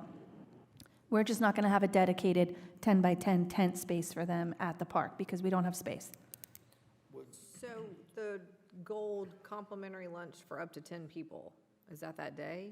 Yeah. Then it should say that, because it says it under platinum and diamond. I'm sorry, what? Or it should say food truck. Right now, it just says complimentary lunch for up to 10 Yeah, people. and we probably need to change it to say dinner because we're doing it at, it's a shorter event. So we'll change it to say dinner and make that wording more clear. But yeah, they're basically getting food truck vouchers. Okay, I would say gold, you probably don't need 10, I'd say 5. I mean, Okay. most of these places aren't gonna bring 10 people. And then, I think platinum and diamond, you're fine leaving it at the numbers that you have it. Although 25 at diamond, they're not gonna bring 25 people. They never take us up on it. We just offer it. Same with Okay. the T-shirts. Like I went up Okay. and was like, how many do you need? And they 3. wanted like 5. Would you ever consider something way below 250, like a $50 family contribution, where they get their name up on a banner? No, If they- not on a banner. There's not enough space for that. Well, I'm But saying- but I would, on the website, yeah. Like friends of the event, of course. Family, Vandenberg family donated, you know, you don't have to say what you donated, it could be any amount or something lower than 250 if you're looking to generate funds. I'm not going to turn any dollars away. The print space on the signs and banners is very limited already, but it's unlimited on social media and on the website. So I would love to have a Marvin Day Friends section where their families, their individual supporters, they're anybody who wants to give any amount of money because they love the event and want to contribute to it. And we will recognize them definitely online. Can we do a, 1,000 last year. I'm hoping by then we have our I Am Marvin t-shirts, and maybe we have a Marvin Day tent. And under the Marvin Day tent, we sell the swag, I Am Marvin t-shirts, and we have tables that are set up that these,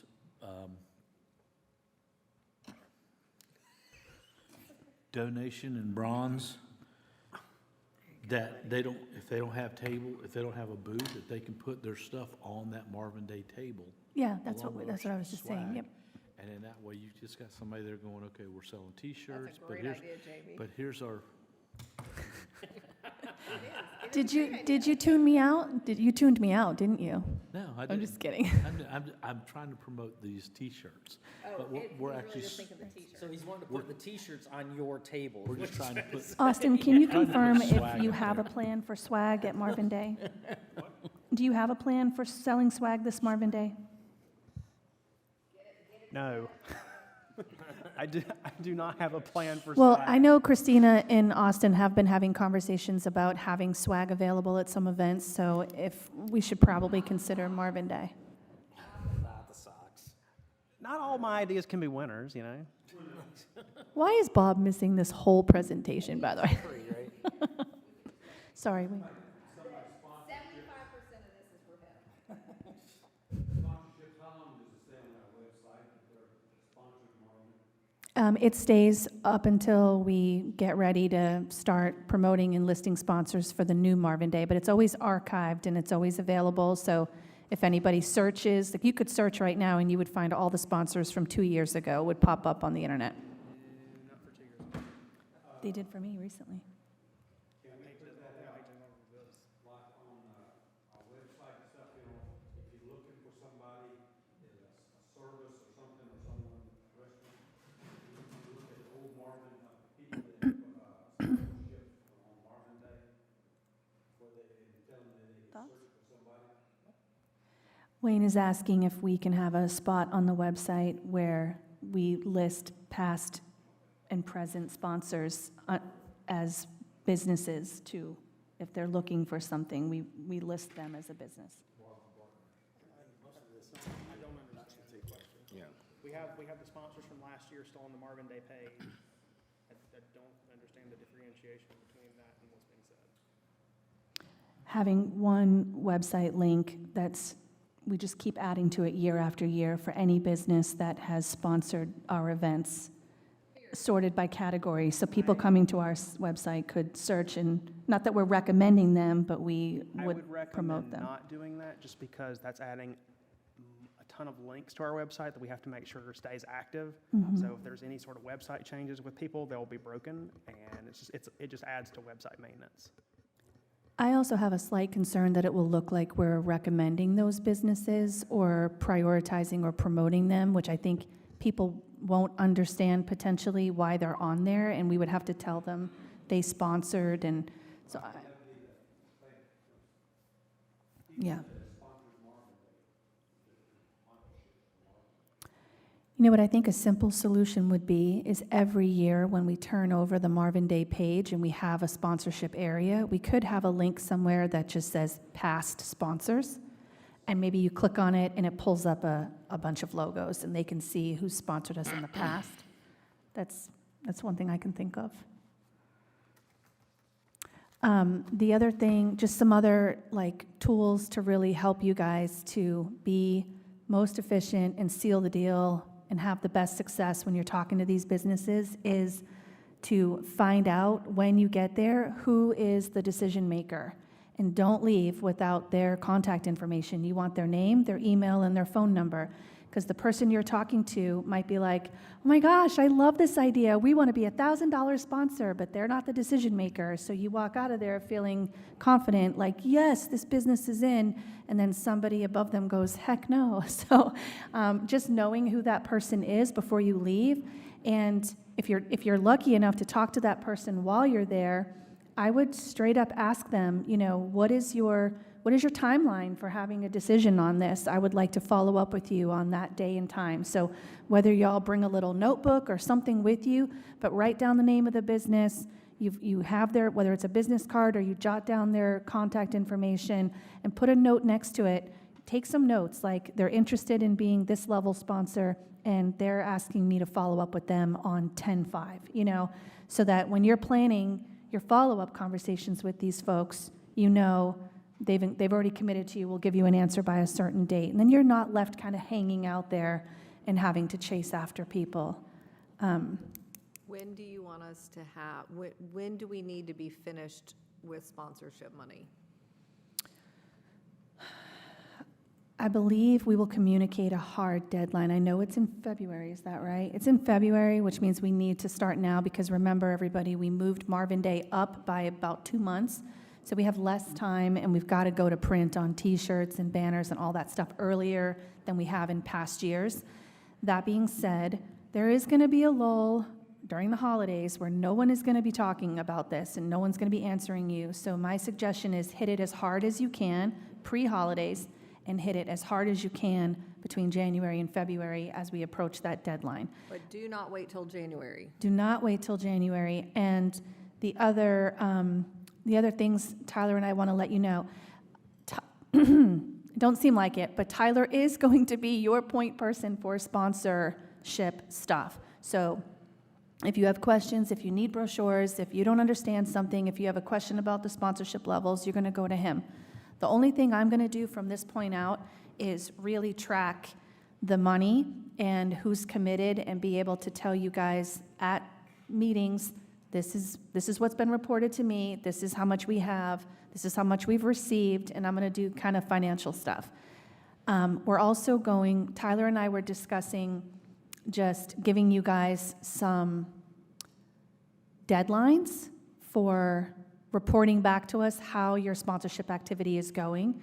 And I'm not going to expect you to remember this, so what we're going to do is have Mary send you calendar invites that are basically your due dates. So what we discussed, and feel free to tell me if this does not work for you, but when we are having a Tuesday night regular session, a regular council meeting, we will ask that you send Mary an update on your sponsorship activity the Thursday before. So we're really only asking you twice a month to let us know how you're doing. The Thursday prior to the Tuesday night meeting and the Monday prior to the Thursday work sessions. Twice a month. So she's going to send you 2 calendar invites, one for that Thursday. It's going to say Marvin Day sponsorship update due today. And then she'll send you one for the Mondays before the work session. I'm also committing to having her send you a reminder that week. Like, hey, friends, reminder, your sponsorship update is due Text message reminder, Thursday. because half these people on council don't read their emails. Sure. Text message reminder the Monday before, hey, your sponsorship update's due Thursday, just a reminder. And then we'll send you another one before the work session. So I'm going to say this with as much love as possible. That is as much.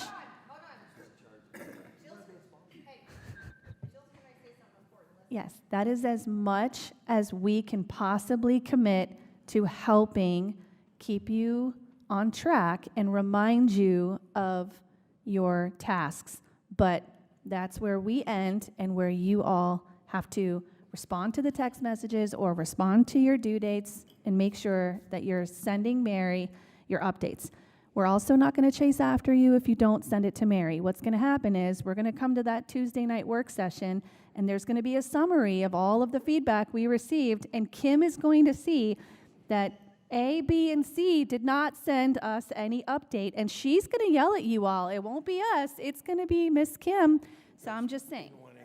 Not scared. I'm just saying. In one ear and out the other. Yeah, but you got veins that are busting because we've been hit so much.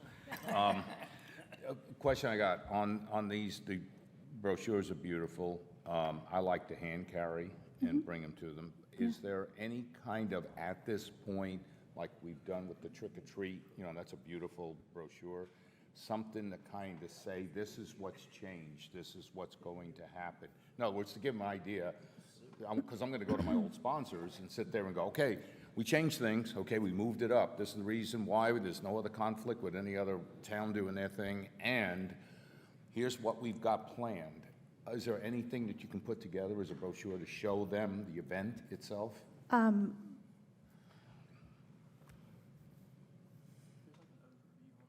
Yeah, I was There's going to say, be three bands, there's gonna be, horsey rides, there's gonna be whatever, so they have an idea. Yeah, car show, whatever. so on the back of the trifold brochure, on the back of it, there is, on the back side of the trifold brochure that you're going to have, there is a whole paragraph that explains what Marvin Day 2024 is going to look like. Oh, okay, So all right. this will work for both new and old sponsors, because you can always say to them, hey, we've made some changes. If you want to know what those changes are, check this panel out right here. We're kind of highlighting for you. But we can also email you some bullet points of like, just so you have a quick reference, here's the changes we made. Shorter hours, one location, blah, blah, blah. What- More can I- marketing, whatever. Can I just make a suggestion with Yeah. the blurb Yeah. portion? I think top paragraph's great, but then just bullet point the rest of it. Okay, yeah. Because people are gonna be able to see that a lot easier. They're gonna be like, oh, Wait a minute, Kim, I'm looking at, you've got a page there I'm looking at. Yep, you need the Look on outside. cover, You need cover.pdf. outside cover. Oh, wait a minute. Cover? There, that Zoom blurb. in on that. Make that blur, like, I think the top's fine, but then literally have it just, Sure. have the hours, have, fireworks. Yeah. These are our bands, like, name the bands, Okay. like, just bullet point that, and then, because again, people respond, I think, better to just boom, boom, boom, boom, boom, than like Agree. sitting there and like, okay. And if you see that little spot that's got the, right on the cover under where it says Marvin Day Enriched by Nature, you see those Yeah. little Yeah, triangles? that's gonna be the That's where QR you can code. attach your business card. Oh, Just okay. staple it Where's right the there, QR right to the code? Oh, There I you see go. that, okay, that looks great. It's gonna go That on looks the great. back. For today? Okay, Yeah. okay.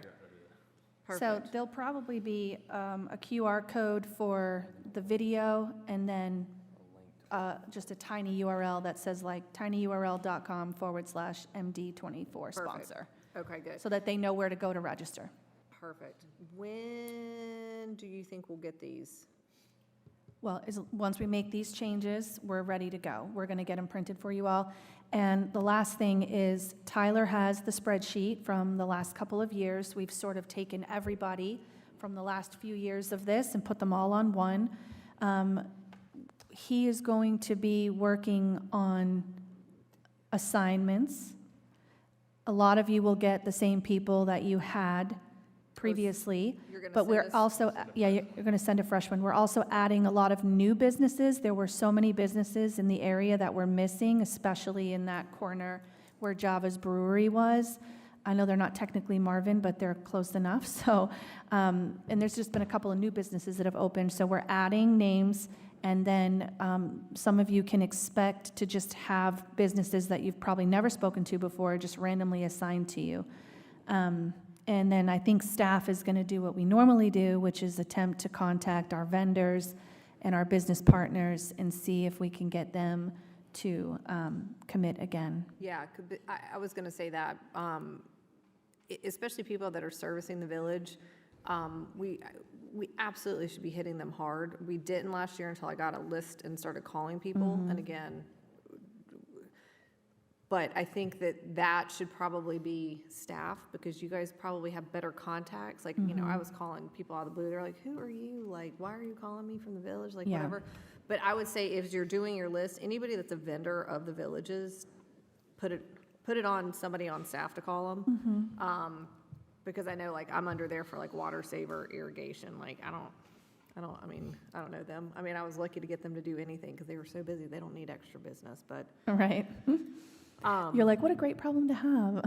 yeah, I was like, right. And yeah, staff is going to get they're going to get some things assigned to them as well, and they will also be encouraged to call and not email, because it Yes. is way easier Call. to ignore an email than it is a phone call. It's a lot Yes. harder to say no to someone's face than it is in an email, so Yeah. we're going to try that. And one that I failed, and I failed to follow up with them, was our flock people, they should absolutely be a sponsor and be out there trying to get Who is it? Flock. Oh, is that cameras? Yeah, the cameras, that they came in and they did a presentation and, you know, they did all the things, and our deputies are promoting them. So that is one that I would absolutely say, like, you know, I guess they're not technically a Marvin vendor, but you can put the Flock people down on me, because that was a miss on mine. I just forgot about them. What I would suggest, because I feel like we have I feel like it's hard for me to go out and ask for money, even people that I know. It is hard. I don't think anybody's going to disagree with that. So as we get our list, I think we should buddy up with somebody on council. That's not a And go bad out idea. and hit your list together. It doesn't have to be the same people all the time, but I mean, it'll be easier if you have somebody else here with you to tag team and talk about stuff. And then just, you know, take an afternoon and just go and do it. It's a great idea. I'll take you, Joey.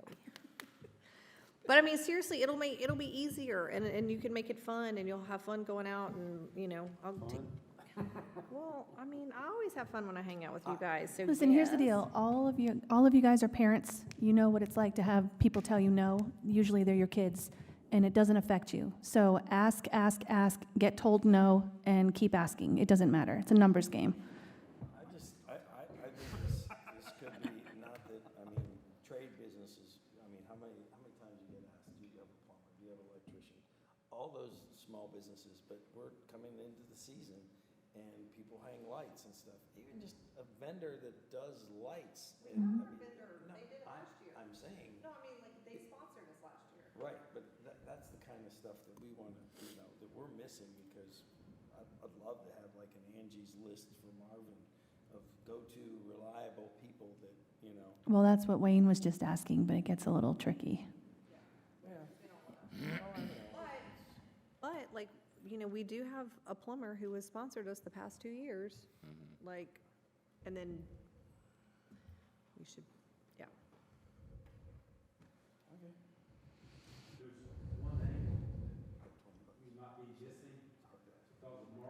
Mhm. We have a tremendous amount of new people in here every year. And one of the things that people ask me, where can I get this, where can I get that? You know, somebody that does this type of service, or this somebody, or check my furnaces, you know, just all of those, just everything. Because everybody wants to know that, they ask the neighbor, what I was talking about. The fellow says, well, I would recommend you look at who is sponsored Marvin Day, they work in this area, and see what you can find. That's what next door's for.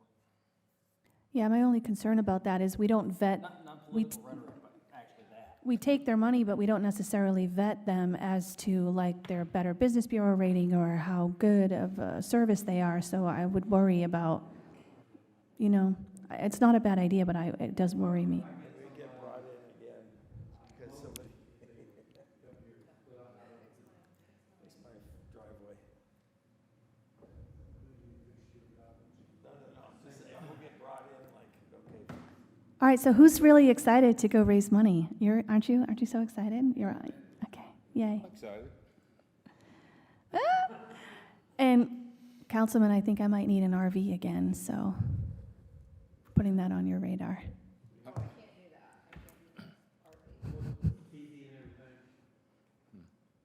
Somewhere for the band again. Okay. So does anybody have any questions? Does anybody have any pushback? Speak now or forever hold your peace. The list is coming. I can see you looking at me. The list is coming. I like your buddy system. It's cool. The buddy system's a good idea. I like it. The buddy system. It's It is a great idea. Be a It's buddy. accountability. It It's is. accountability. Well, it's not Okay. even that. It just, I mean, No, it's I will feel accountability. more comfortable walking into a business being like, I got Bob with me. Bob's gonna be my wingman. We're gonna go in and we're gonna ask for money and we're gonna get it. Oh, shit. I mean, Joe. I meant Joe. Like that.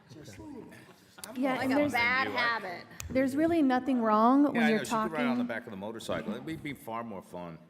There's nothing wrong when you're talking to these potential sponsors about telling them, listen, we've done this event 2 years in a row, we've learned a ton.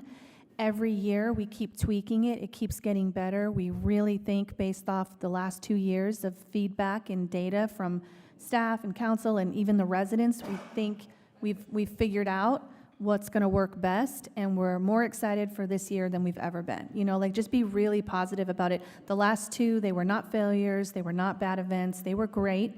I wouldn't even mention a single negative thing about it. If they do, you can address it, but I wouldn't say anything at all, other than our events were amazing, we're happy with them, the residents loved them, and they're getting better every year. Are we, for the flyer, the brochure, are we gonna get it in PDF too? Sure. Okay.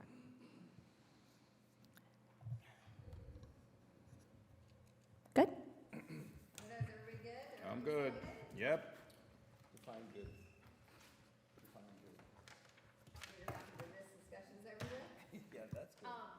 Tyler, when should we expect our list? By Tuesday at 11? Okay. Email? So send me a text, you send an email. You're such a jerk. Oh, my God. Just honest with people. Your first due date, just for those curious. Oh, hold on, our first due date.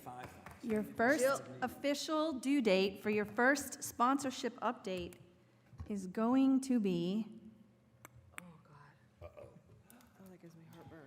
dun, dun, dun, Thursday, October 5th. October 5th, that is next Thursday, people. That is 1 week from today, because your next What's happening? council, I gotta make a phone call.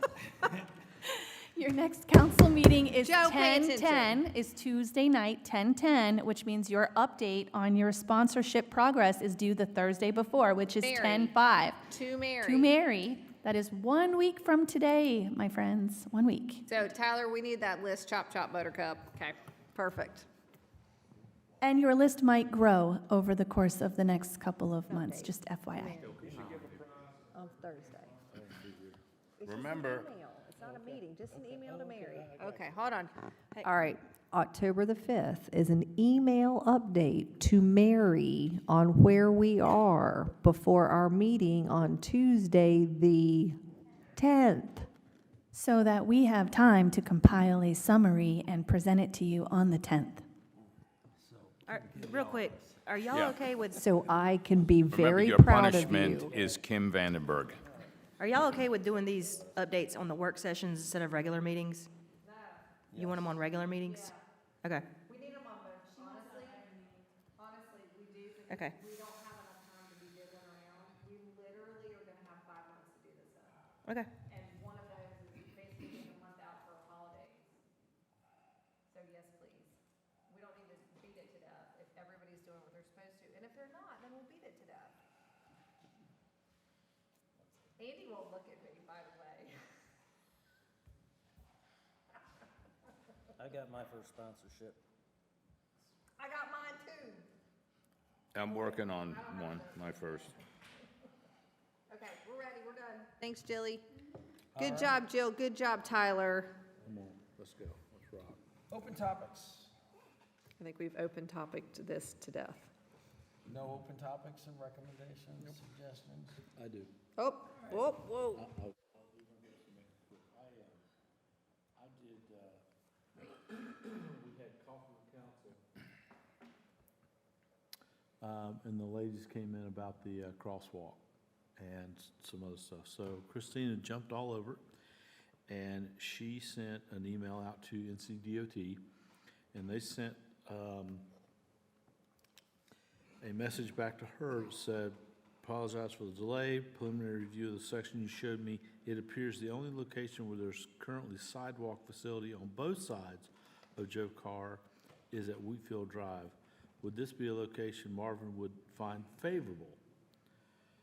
The reason that's significant is, once we get that location, and if that location would be favorable, it would be potentially that they would, NCDOT would help fund that for us. So, I think we should take a look at, where the two sidewalks, or the sidewalks are on both sides by Joe Carr and at Wheatfield Drive. And if we find that that is a good location to put a crosswalk, we would have NCDOT, am I correct in saying that? Potentially fund that for us. Isn't that where the pedestrian? That's correct. So just two things. One is, that's good to know. But second, most important is Christina, when I asked her to do that, it was something that was kind of left field, but she brought it back in, and we potentially could have funding for that, for a crosswalk. And that's a huge place to put it for that. So that's just, I'm just throwing that out there. Christina, you said something yesterday about potentially we picked up another maybe $250,000.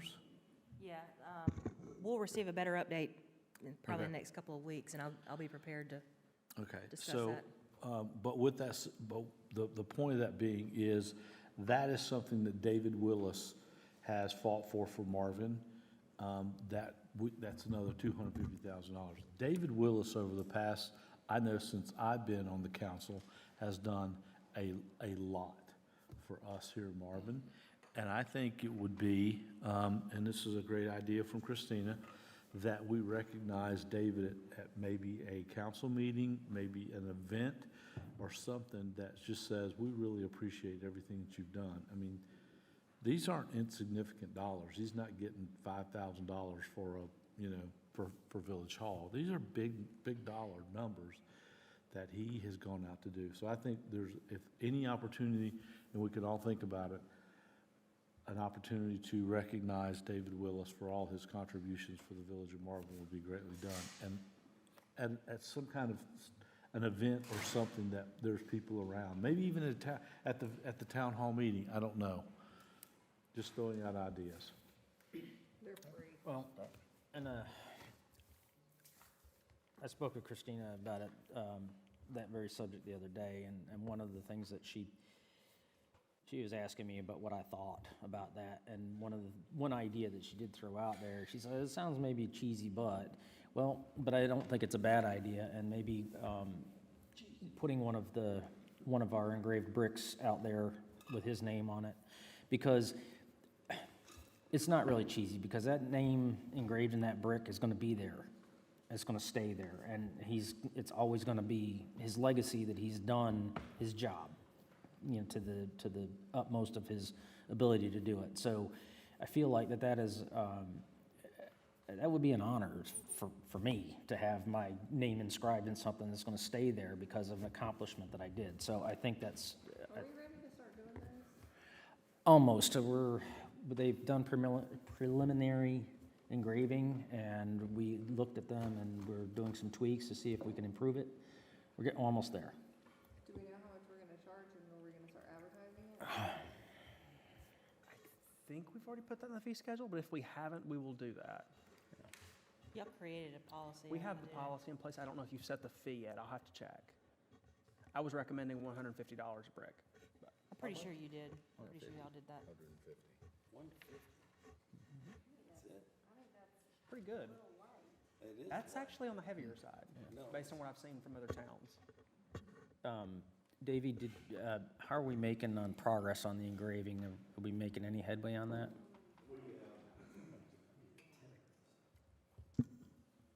We ran another test the other day, and the engraver itself it's not strong enough to cut into the brick. So it's basically changing the color of the brick. But I have seen engravings like that before. It's not an engraving so much as it is just stamping the lettering on the brick. It could last a year, it could last several years. It's just depending on how well you keep it clean. But on that style of brick, it just will not penetrate it and cut into it like it does, say, wood. Okay. So we have an engraver that doesn't work. It's. Well, it's basically a laser that burns. It's supposed to work on masonry stuff, but it evidently is not as good as promoted. It will burn wood, it'll burn plastic, it'll burn whatever, but it does a great job on wood.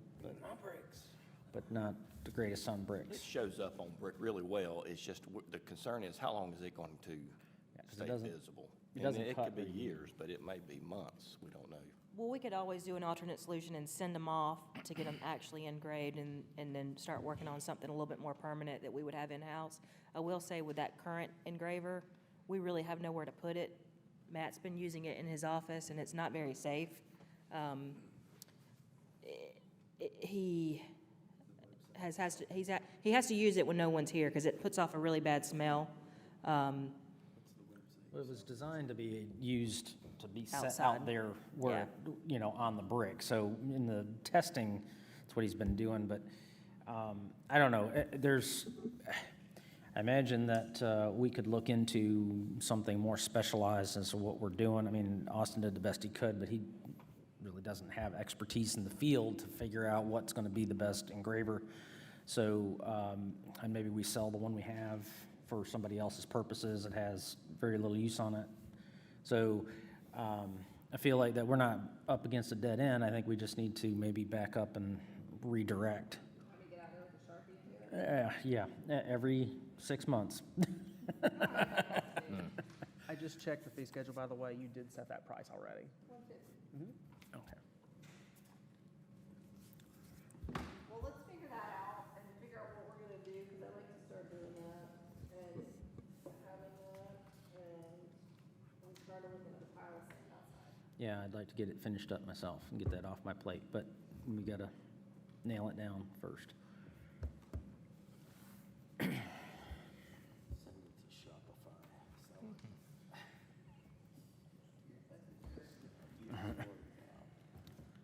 All right, next up.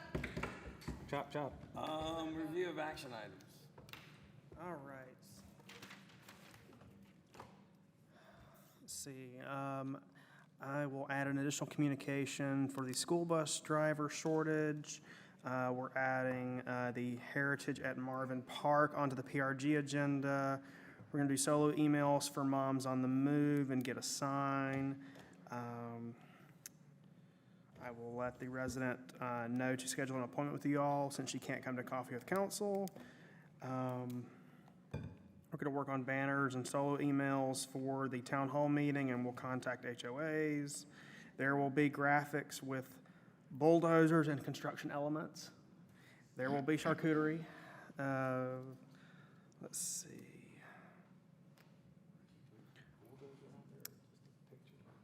Davey's going to proceed with the purchase of the additional radar signs. We will come back to you all and reconfirm the locations.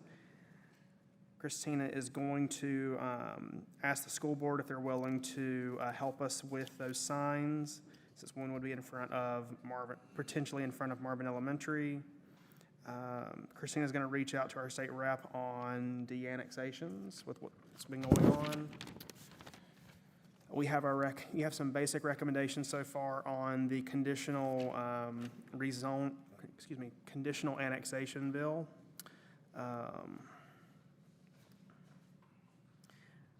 Staff is going to research the necessary timelines for rental differentiations between residents and non-residents, as well as a price increase for non-residents.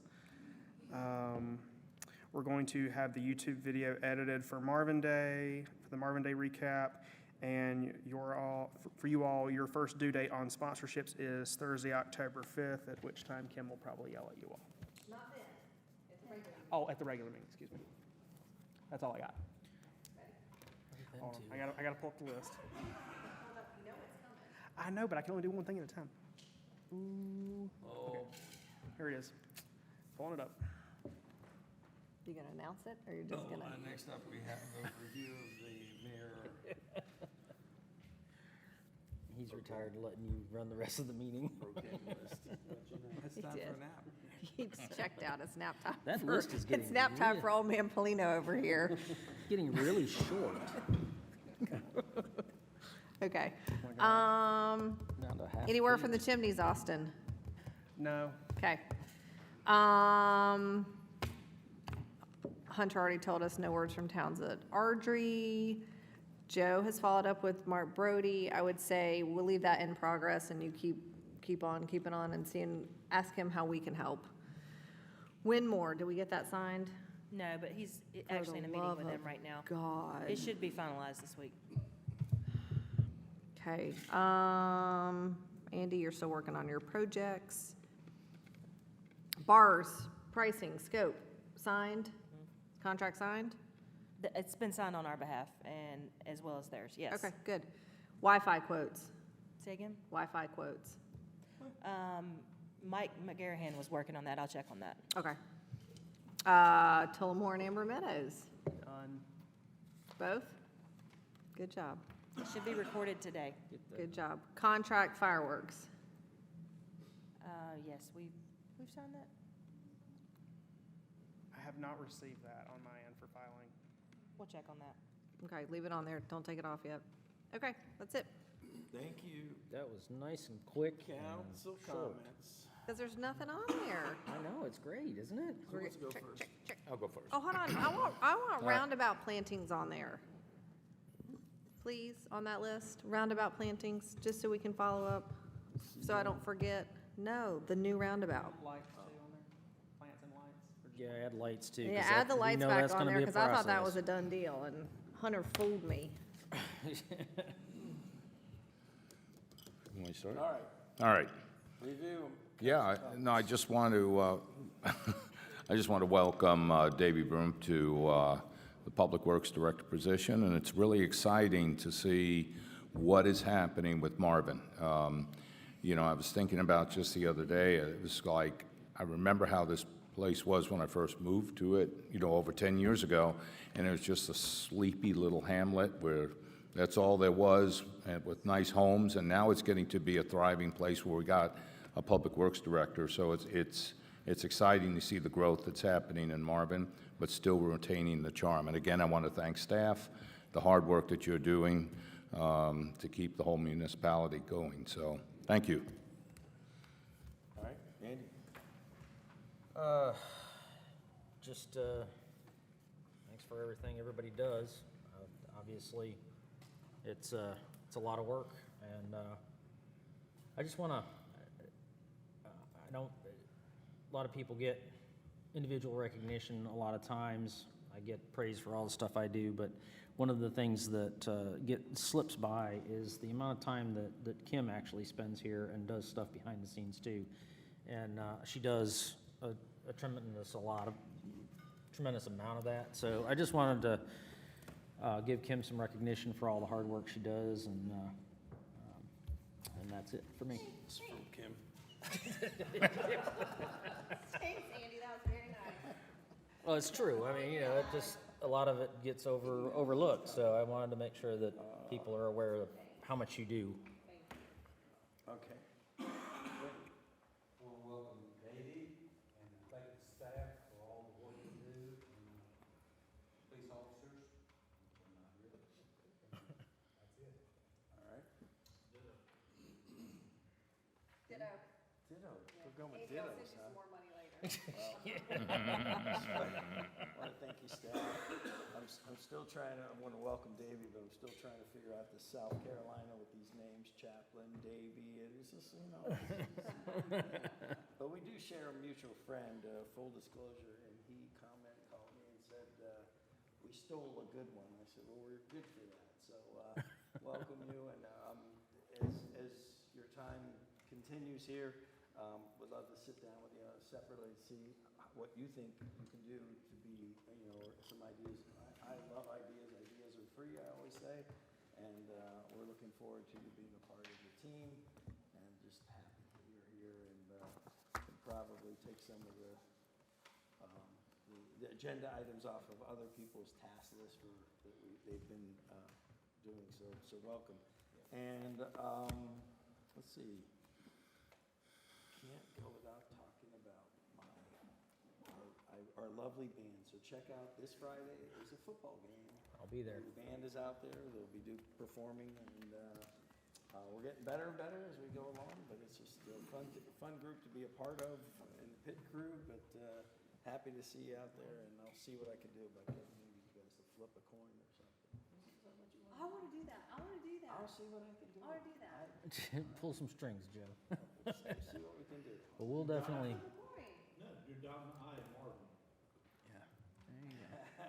well, my daughter also mentioned the game this morning, and so I guess we will be attending the game also on Friday. Games are fun, and it's a good team, so. She's all of a sudden become a little social. We started, kickoff is at 7 o'clock, and, That was what we needed to know.